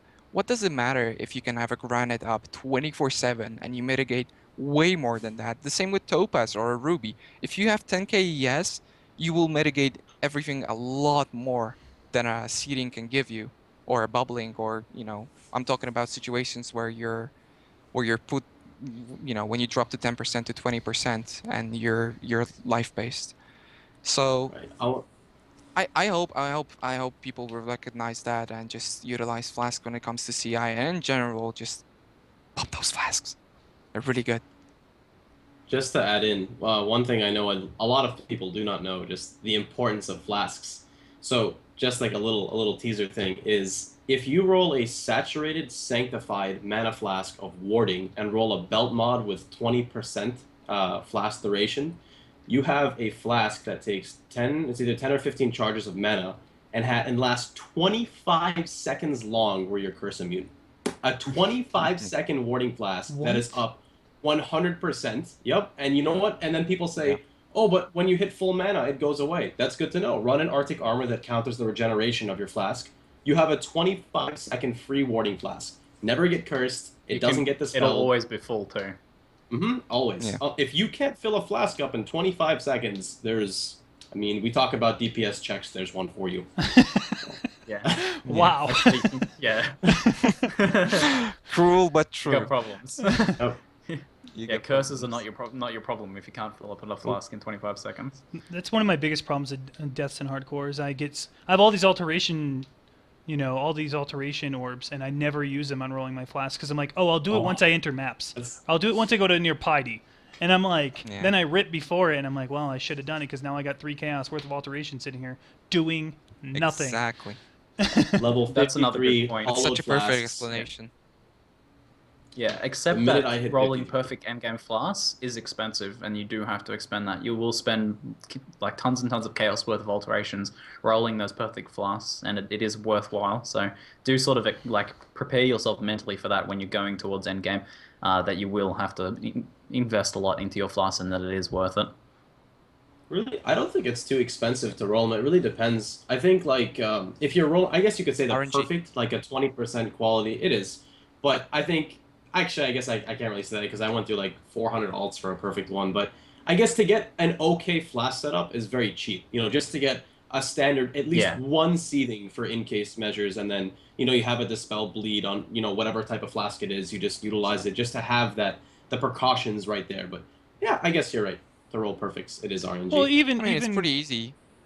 yeah, I'm It's just with pretty Raiz. easy to get a bubbling or staunching or a Right. warding. You know, if you have 5 flasks, it's, you know, you're bound to get that staunching or that seating or that bubbling on one of them. You know, warding is so important. It's mostly like people say warding in chat. I mean, I consider warding Flask as such a necessity ever since Mm-hmm. Invasion that it's not even a question. You just have to have it because obviously you can always be, you know, you can always be like looking for that Flame Blast Exile check, but you know, it's the same thing why people die with DD. You know, reflect is not a problem until it's a problem. Not having a warding isn't a problem until you die to it. So Right. Yeah. Good yeah. call. So, you have anything else to touch? Well, wait, actually, I have something. Jade Flask. Why is it so underused? Other than one use and it's done pretty much. Yeah. Why do you feel it's so underused, Raiz?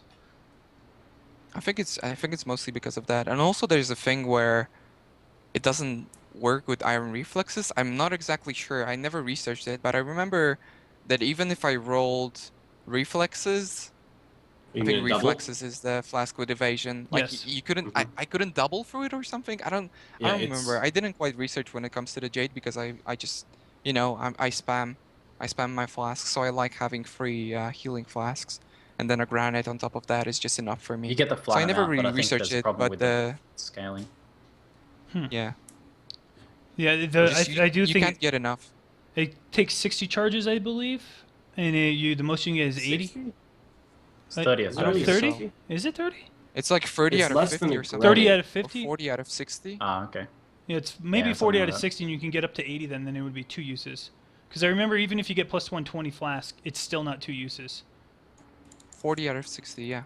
It's 40 out of 60? Okay. So you would have to roll a perfect plus 20 extra charges to get 2 uses out of it, Exactly. which is still a pain in the butt. I mean, it's just the 40 out of fact 60, alone, chat saying. again, going back to the spam factor of you just constantly having that warding up on your Quicksilver or you just constantly spamming your flasks. 10 charges is a big deal. So the fact that you can use a granite and achieve the same or better effect, it's just worth it. I mean, 10 charges, 10 mobs, that's a big deal. Yeah. You know, it's a lot easier to have 100% uptime on a granite than on a jade. Even even if a jade would be 40 to 80 and you could still have 2 uses the same way you can get a granite, those 10 charges is a big deal. And I think It people does who last play longer. Oh, it does last longer? It's 1 Yeah. second Oh, yeah, it longer, I does. think. I mean, Yeah. Yeah. But So that counts a bit. it's still like if A you little get bit. 20% effectiveness at 6 seconds, but it's just I guess it's just the comfort of knowing with a granite, no matter how it's rolled, you get 2 uses. Like no matter what Yeah. any circumstance, you have 2 uses on it. But I personally believe that jades are still very underused, and they're still okay. They're not bad. Just if you compare it to a granite, personally, I'm just more comfortable with a granite, I guess you could say. But I don't think they're too bad in any way. something else to be said about Jades too is it's you might take damage versus Granite, where it's always consistently going to lower the physical damage you're taking. Whereas Jade is you're rolling the dice still. Something to think about. You pop the flash, you could still get hit because of entropy and how evasion works.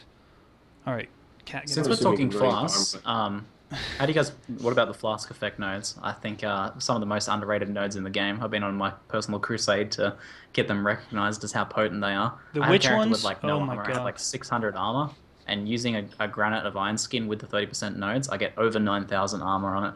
Wait, It's like how much? instant, Over awesome 9,000? mitigation. Over 9,000. Yes, you heard me right. His armor level. It's over 9,000. I like to bring up the main thing for me about them is the 30% on a 10% pot that like boosts your maximum resistance is 3 extra. So your rubies, Yeah. topazes, sapphires are 13%, which is equivalent to elemental adaptation, which is an entire node, which people spend 5 points to get. And on top of that, it's a free diamond skin and marauder, which is people would spend 3 to 4 points to get. So I personally am a huge fan of those nodes. Which I didn't used to be Yeah. honest. And then I read effectiveness, and people are like, Pohx, are you special? I'm like, it's Flask effect. I'm like, what difference does it make? And they're like, Sorry. think about it. Think about it. I'm like, wow. Yeah. Like just those 3 nodes for 3 passive points. If you're a witch and leaving through that area anyway, it's a good nice way to leave the witch area. It's point efficient anyway. For those 3 points, you get 30% extra double dipping armor on the granite, the 30% extra move speed on Quicksilver, 30% extra healing on both the healing flasks, and then 3% extra max resist. It's so much value, so much value. I love But popping Piggly brings up a point. the Do you guys think it should be moved away from Witch to somewhere more accessible? No, not at all. I think middle Well- is fine, to be honest. Like which is I think those nodes are overpowered. And honestly, even if I would have to travel, like right now, you kind of have to travel 2 points to get to them, maybe 3 points. Like if you're some sort of Eldritch Battery, I think that's fine. I think it's totally worth it. I think if those Flask effectiveness nodes would be 5%, they would still be worth it. They're just so strong. Also, people don't talk about Rumi's concoction. Like, it's the newest flask, the new granite flask with the block. I think it's the most overpowered thing ever. Like, it's ridiculous. The way, okay, so Anyone basically, can use it much. Go ahead and talk. I have a, exactly, anyone can use it. And I have a Vol Molten Shell character inspired by Oldir, one of the viewers on my stream. And that character can use a shield, right? But the big thing with that character is it's a permanent Vol Molten Shell. So the way I do it, I cast Punishment, I cast Temporal Chains on myself with the Shackles of the Wretched. And those extend the duration of the flasks as well. That's way I can keep a Vol Molten Shell, right? So with this thing, with Rumi's Concoction, since I can get 40% block, I can permanently, the way I have permanently a Quicksilver up, which sure is a little bit less duration, but I always have over it. I can always also have a permanent Granite up.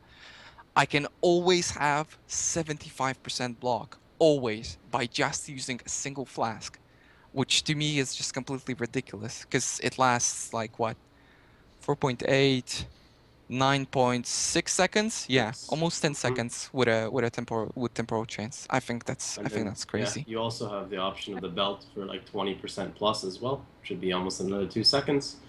That's great. Yeah. I've never thought. I was always wondering how could you use that unique to make it benefit yourself, and I just could never think of a way. And that's Temp change or insane. punishment. That's the really only cool. two. No, I mean, you still can really you can cool. even use it with Aegis. I mean, it's just that flask alone, instead of using a regular granite, justifies alone why you should use an Aegis in every single build. It sounds ridiculous, but it's so true. No, but it's true though. Aegis has You can always make been it one of permanent. those free I win buttons. Like, let's be honest about that. Now, they're changing the Witch Tree. Obviously, if you've heard the last episode with Chris, do you think those nodes are going to be removed or changed entirely? Which nodes? I The Flask don't nodes. think Flask so. effectiveness. They're changing the I entire don't wanna think Witch tell they'll Tree. them. move. Changing in the entire Witch Tree? I thought they'd only be changing the top section, I- the top side, because I think that's the area that needs attention. The early Witch Tree, I think, is awesome. It's one of the best starts in the game, in my opinion. Like, both sides are fantastic. If you're playing any sort of spellcaster, I always start Witch. There's no reason for me to start Templar or Shadow most of the time, Really? which is always feels really strong to me. Like, access to the really sweet spell damage and cast speed nodes into really sick elemental nodes, or crit if you're going crit as well. And then you get that free access to that, like you save a passive point by starting Witch, you can go that side, and then you can go on the other side into some of the nicest regen and life nodes in the game. So, like, there's the 12/12 mana life node in there. That's Well, that was such a recently good added. node. And that's the only good life node Yeah. in there. Let's be honest. And That's true. Witch is just I lacking mean, a lot of nowadays life. people even get both. Like, it used to be the case where going for Witch was like, oh, I really don't want to do it. Nowadays, the way it works, even on hardcore leagues, people just get both. People get Yep. both the life and mana regen and all that, and they get the damage. It's just, there's no drawback. It's stronger than anything else on the tree. Why not get it if you're trying to get DPS? You'll even see other builds like Shadow and Templars go all the way as far in as the 40% regen or the 16% spell damage. They will still go out of their way to pick those up, Yeah. just because Arctic Armor works and because 16% is just so much. I mean, it's just solid. But, yeah, I don't know. So you guys don't But, think they're yeah, going the- to change the the top class side. nodes? No, I don't think they'll change anything at No. the start, really. Maybe a little bit, since some of the stuff is a bit old, but it feels really strong. I think the top side of the Witch Tree, though, definitely needs addressing. The routing through there is terrible. Like there's like a whole area of the tree there with like a lot of the wand stuff that's just like I'm pretty sure it doesn't even exist in my mind. It's like when I picture the passive tree, I can't even imagine what it looks like because I don't think I've ever been up in there. And I played wonders, but even playing a wonder, those nodes are still terrible to get to. How do you guys I feel think about the they'll top side of the change. witch tree? Oh, it's. Yeah, you're right. I've used it one time, I think, the top wonder wheel with the hex or the double cursing, and then like how there's the intermission of like you have to pick up the what is it? It's strictly curse cast speed before, and then you get to there, and it's very hard because you can get to there. What is there 3 ways to get there? You can come from purity. It's in a or flesh. through mana. Right. It's just I don't know. It's yeah, very difficult. Well, the top part of the witch tree, for the most part, is well, it looks pretty the way how the circle looks. There's that. I think it's just old. It's just an old concept. I think it's a good Yeah. concept. It's just old. Yeah, it Everything just needs is to be better. redone. It's just I mean, the why old get tree. Whispers Yeah, of Doom exactly. unless you're running a quad cursor? You know, just why get it if you can replace it with one item? Why ever would you run bullying unless you're playing a cast on crit, knockback, glacial cascade build? I don't know. You would never take that. Like you would literally never take that, and it's the same thing with one cold damage. Like 10%. Well, cool. What if I get one, one node for aura effectiveness, and it's already better for hatred for me to run that? It's Sad just but old. true. I hope it's gonna get improved, but we'll see. I would like more It's not accessibility like to it's get up messing there. anything up, so it's fine for now. If there is a more accessible way other than spending a bunch of points on int or going through the power charge, if there was more accessibility, more people would play it. And I think that's what's going to happen because it's just a bunch of clunky random wheels, and then how the heck do I get up there other than spending a bunch of points? That's just my take. All right, Very so true. now that we're done talking Flask/witch tree, let's go into the next segment. We got 15 minutes left, and I think what do you guys think? You want to do Q&A for the viewers? Let their voice be I heard? think Q&A is probably a good And idea. then the underrated, overrated, in case you didn't know what that is, we have a bunch of things prepared for you guys where we discuss it and we go around the board, talk about overrated, underrated, how we feel. We'll save that for the next episode. We just spent a lot of time with open discussion, and I'm glad we did that rather than 20 minutes and we're done. Yeah, it's fun. So let's go into Q&A. The first question is asked by Unsung Cesspool. Question. At all, Chris said that their dev team started with the witch section of the tree looking at revamps. Do you think a dual-wield wander build could possibly be on the horizon? Very good question.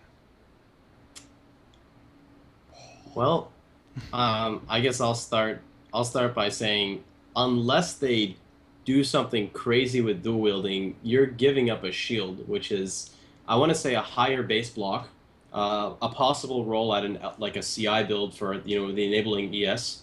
I guess you won't be giving up crit or spell damage or any of that because that can roll on the wand. It's just a shield is a huge thing. So you have to have some crazy damage effective synergy between both weapons. So as of right now, I'm not really sure. I think don't it's the ever bigger gonna problem happen. is that with any sort of attack-based build, you need to have two equally as OP weapons. And for a Correct. dual-wield wander, there's no skill for wanders that allows them to only use the one. As far as I know, does Barrage only use the one? Maybe Barrage there's no- what's the point of running alternates, I second? think. Barrage does alternate. No, I don't know. Yeah, I don't know about Barrage. I haven't The rest tested. though are all they use both wands. There's no like I double think strike for Barrage wands. should So you do it always once. need. No, I actually Barrage don't know how that shoots works. two- I've two at never once. tried that before. Yeah.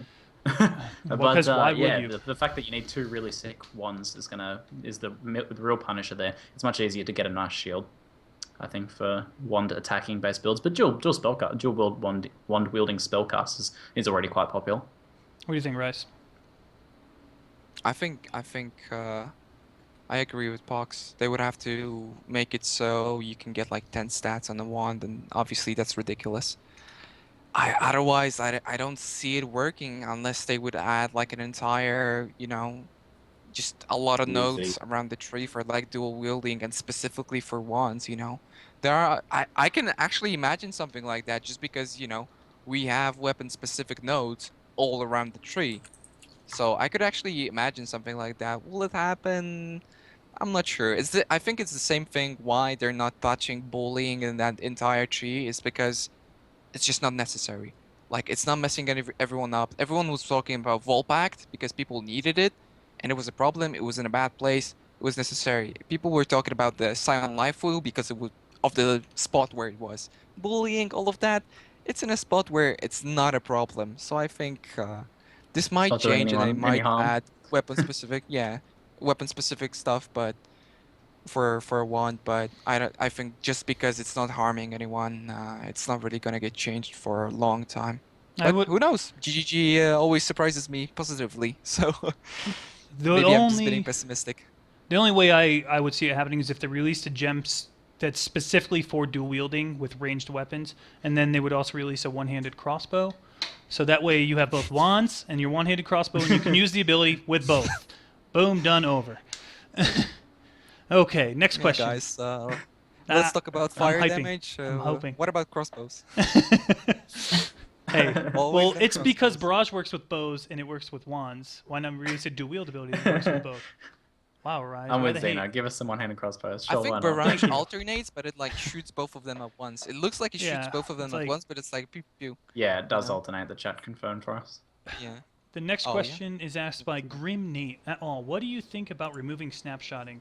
Do you think they should buff the builds that are affected or leave them the same like Righteous Fire? Raiz, I'm Alright, I'll limiting start you. with Righteous Fire. Raiz, I'm limiting you 1 minute on Okay. this answer. 1 minute. I can talk about this. I'm like the grumpiest person ever on this podcast. Grumpy You keep, Rise. like, mentioning completely 1 broken minute. stuff. Hell yeah, get rid of snapshotting. It's a terrible mechanic. Summoners are fine, guys. Like it's totally normal. People have lots of success with summoners without snapshotting. It's not a problem. RF, we'll see. Maybe they're gonna improve a way just how RF works, just to not break the build. But I don't think. I'm not sure if they ever initially thought that RF is actually gonna deal damage. I'm not sure about that. I mean, Yeah. it's just something that they know. So I honestly don't think Righteous Get rid of Fire it. will need counter buffing. GGG suggested that things would be counter buffed after the snapshot removal. That was actually something that was suggested. So maybe we'll see some counter buffing. But honestly, I tested Righteous Fire without snapshotting, and it still feels really strong for the cost. For like 1.5 exalts for a Rise of the Phoenix, that's all you need. Everything else was self-found. I went not snapshotting into like gorge maps, and it was still really fast clear speed, not snapshotting. I think the only problem is that well, it just becomes more expensive. It's not really even a problem to make a Righteous Fire build that's almost as strong as as with snapshotting. You need to get like the Dorianis, which covers some of the gap, the loss of damage from the dual red beak action, and that just makes it more expensive. But it's still almost as strong. I think Righteous Fire will still be strong without snapshotting. And as you said, summoners. I've seen lots of people play summoners without snapshotting, and they're still strong. yeah. Well, to go on with Rise, because I do agree with him, so I'll be Mr. Grumpy as well. I am all for completely eliminating, removing Thank you. 100% of all snapshotting. And the main thing is, I guess, for me, when I play a character, my goal is, getting the best gear. Getting a 6-link and everything like that. But when you get like a 6-link, you don't have to stop to put a gem in your 6-link to do something and then pull the gem out and put the gem back in. When you get your 6-link, you have your 6-link. You go on a map and you go. You progress. You don't have to stop at this, the thing of every map. The thing that's always in the back of my mind is like almost every build could be improved by snapshotting. And I don't like that feeling. I don't like that feeling knowing like I'm not, making my character go to the highest potential because I'm not stopping, wasting 20, 30 seconds every single map to pull something out, put something back in to boost my effectiveness. And as GG stated, they want to encourage players more to get into the game and start playing, not having these, let me break every 30 seconds. I mess my snapshotting up. Let me fix this. Let me do that again. Like, it's Exactly. it's so much of a hassle. I don't enjoy it whatsoever. There is one good Yeah. thing about snapshotting, and that's when you watch players die because they screwed it up. Especially Righteous Fire. I will miss that.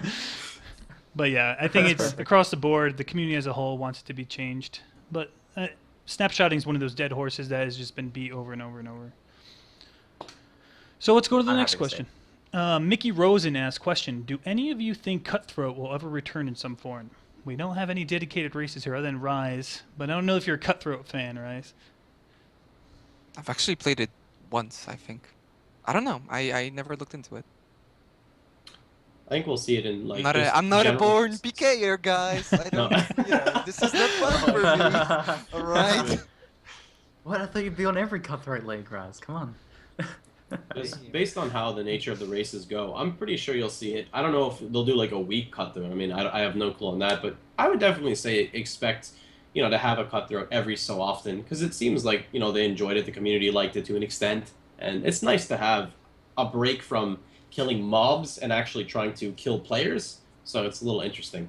I would definitely say it's going to come back. It needs to be high level. It I needs do to know be that- tuned. So much involved with that. Yeah. I do know that ZiggyD have been working on working on ideas to balance a long-term cutthroat league, and in long-term, it's like, a week to a month, something like that, not like a 4-month. There's never going to be, Chris said there's never going to be like a 4-month cutthroat league, but there will be those longer events, like those longer races. I think the way that they would probably have to balance it is like you can only invade people plus X amount of levels above or below yourself. Which makes sense. So, and that would scale with your level. So earlier on, it would be like people, level 10 can invade level 1s or something like that. And then later on, once you're in like level, once you're level 80, you can invade down to level 60 or something like that. Because, the power difference between level 80 and level 100 is not that difference. These people should be PvPing together, so it needs to scale in some way. But this sort of limitation, you don't want people level 80s camping, camping the mudflats or whatever. That's the thing. There's no incentive to like PvP. People want a 1-month cutthroat. I mean, I think we've seen like It'll 24-hour just be a normal cutthroats, race. and there's no incentive. It's just a regular race. Like later on, there's no Yeah. incentive to kill people. So if they put in a really good incentive for killing people, Experience other than wise. obviously getting the items is pretty cool, but you get to a point where you're like, I'm cool with my character. Why should I kill these guys if I can just level up in maps where nobody has access to, and just win it by getting the highest possible level? So Ziggy, you said you heard Chris say that. How do you know these things? Which thing The whole specifically? cutthroat. That they're working a long-term Yeah, yeah, cutthroat? That was not actually just specifically said to me. He said Oh. that to the community I had no ages idea. ago. That was like before Nemesis. They were working on that. So it's probably in development hell, just like like PvP tournaments and stuff. I Soon would say. TM. It's probably Soon TM. yeah. I think it's been the thing that they were working on, but they're probably not doing much work on it now because they're like we can't figure this out. How are we going to make this useful? I think the biggest problem is. I think the level scaling thing is a fix. That's pretty easy enough to fix, but I think, as Raiz said, the biggest problem is how do we incentivize it and not just make it a normal race. I think that's probably the biggest problem. All right, so here's the last question of the podcast. What would you guys think about Tumble, a movement skill with such as bows and your next attack a little bit more damage, but you can only use it with bows? Kind of touched on this one earlier. It's obviously something that needs to be said. It needs to be in the game. What do you guys think? Well, the fact of a mobility skill is cool. As for your next attack dealing more damage, it'd be very interesting to incorporate it because when it comes to endgame, it's all about clear speed. So I guess if you have a build that revolves all around just the extra damage, it's going to be kind of weird. I mean, I don't really know about the extra damage. I'm all for the mobility. I'm not sure how the extra damage would incorporate. I think that if they don't balance it right, I mean, if it's physical damage or especially physical damage, you just get Avatar Fire, you get Black Gleam. If it's not enough damage, why put it in a game? If it's too much damage, Ignite is gonna be too powerful with it because you're gonna have 100% transition, and then you use a mobility skill to live and kill everything. That would be so overpowered. And again. If it doesn't do enough, why would they ever add it? So yeah, Tumble Ignite builds. If it would have to be some sort of like bad type of damage, like cold. It's safe to say I want it to be you like utility. ignites. If they add a bow movement skill, I want it to be just utility. So, like incorporating some sort of either just focusing on the movement, or maybe movement plus some defensive things like knockback and stuns, or smoke screens, or things like that. Some sort of defensive utilities in there, I think, are more important. It suits the idea of a bow character being a little bit more defensive and a little bit more evasive, having something that propels mobs away from them, gives them a bit of space. That's what I'd like to see. All right, well, I think this concludes everything with the podcast. I want to first thank Raiz for stopping by, man. You weren't grumpy. You just were saying what needed to be said, so thank you. Thank you for making me the black sheep. Yeah, it's awesome. You made you the black sheep, not me. Took it upon What yourself. about it, Raiz? Auras, come on, Raiz. Let's live a normal life. What am I supposed to tell you? Well, it's current But meta thanks a lot for discussion. Guys, inviting list the me and things much you hate appreciated. about Path of Exile. Yeah, exactly. It almost feels like that. It's like somebody's been watching my stream, Zeno. No, I just know that's current meta, and you're like me. You know, Alright. meta is just like, man, change it already. I want something new. But yeah. So thank you again, Raiz, for tuning in. Apparently next week, I already asked her, but Stacey said she wants to be on because I asked her and she said yes. Correct me if I'm wrong, Stacey, but I think that's our special guest for next week. More to come on that. So that would I be think some she hype said, for you. well, Oh, it's not a yes. Oh, that's But right. maybe. Raiz is good with the women, so he could tell you. wow, Raiz. I'm good, no? I guess she's not That's coming. true. Never mind. I want to thank Grinding Gear Games again for allowing this podcast to happen. You guys have supported us time and again. They've donated us 13 microtransactions, 2 of which are going to Raiz, the rest of which are being donated to the podcast after this goes down. Raiz is getting them because he came on as a special guest, and what he chooses to do with them is entirely up to him, so no hate. I also want to thank Grinding Gear Games for listening to our podcast and coming up, taking it to heart. And actually, some changes have been made because of this podcast. So anybody who has anything to say, thank you for contributing and helping out the community. Thanks again, Twitch. Thanks, guys, for some questions. Yeah, for sure. Thanks again, Twitch, for the front page. You guys got us on the front page again. It means a lot that you're supporting Path of Exile in this community. And again, viewers, thanks for tuning in, guys. Do you have anything you want to say before we head out, guys? We got all of 30 seconds left. Yeah, this was I just really awesome, appreciate it. guys. This is exactly what I imagined. Just some guys, sharing a passion about Path of Exile, having a good time, and nice to see so many viewers here, so interactive with it. Really good fun, guys. Really good fun. Thanks for being a part of this. It means a lot that you two new hosts are on board, and you're taking the podcast full fledged and doing this. All right, I guess that's it. Bye, everyone. Alrighty, guys. Thank Catch so you guys much. later. Bye.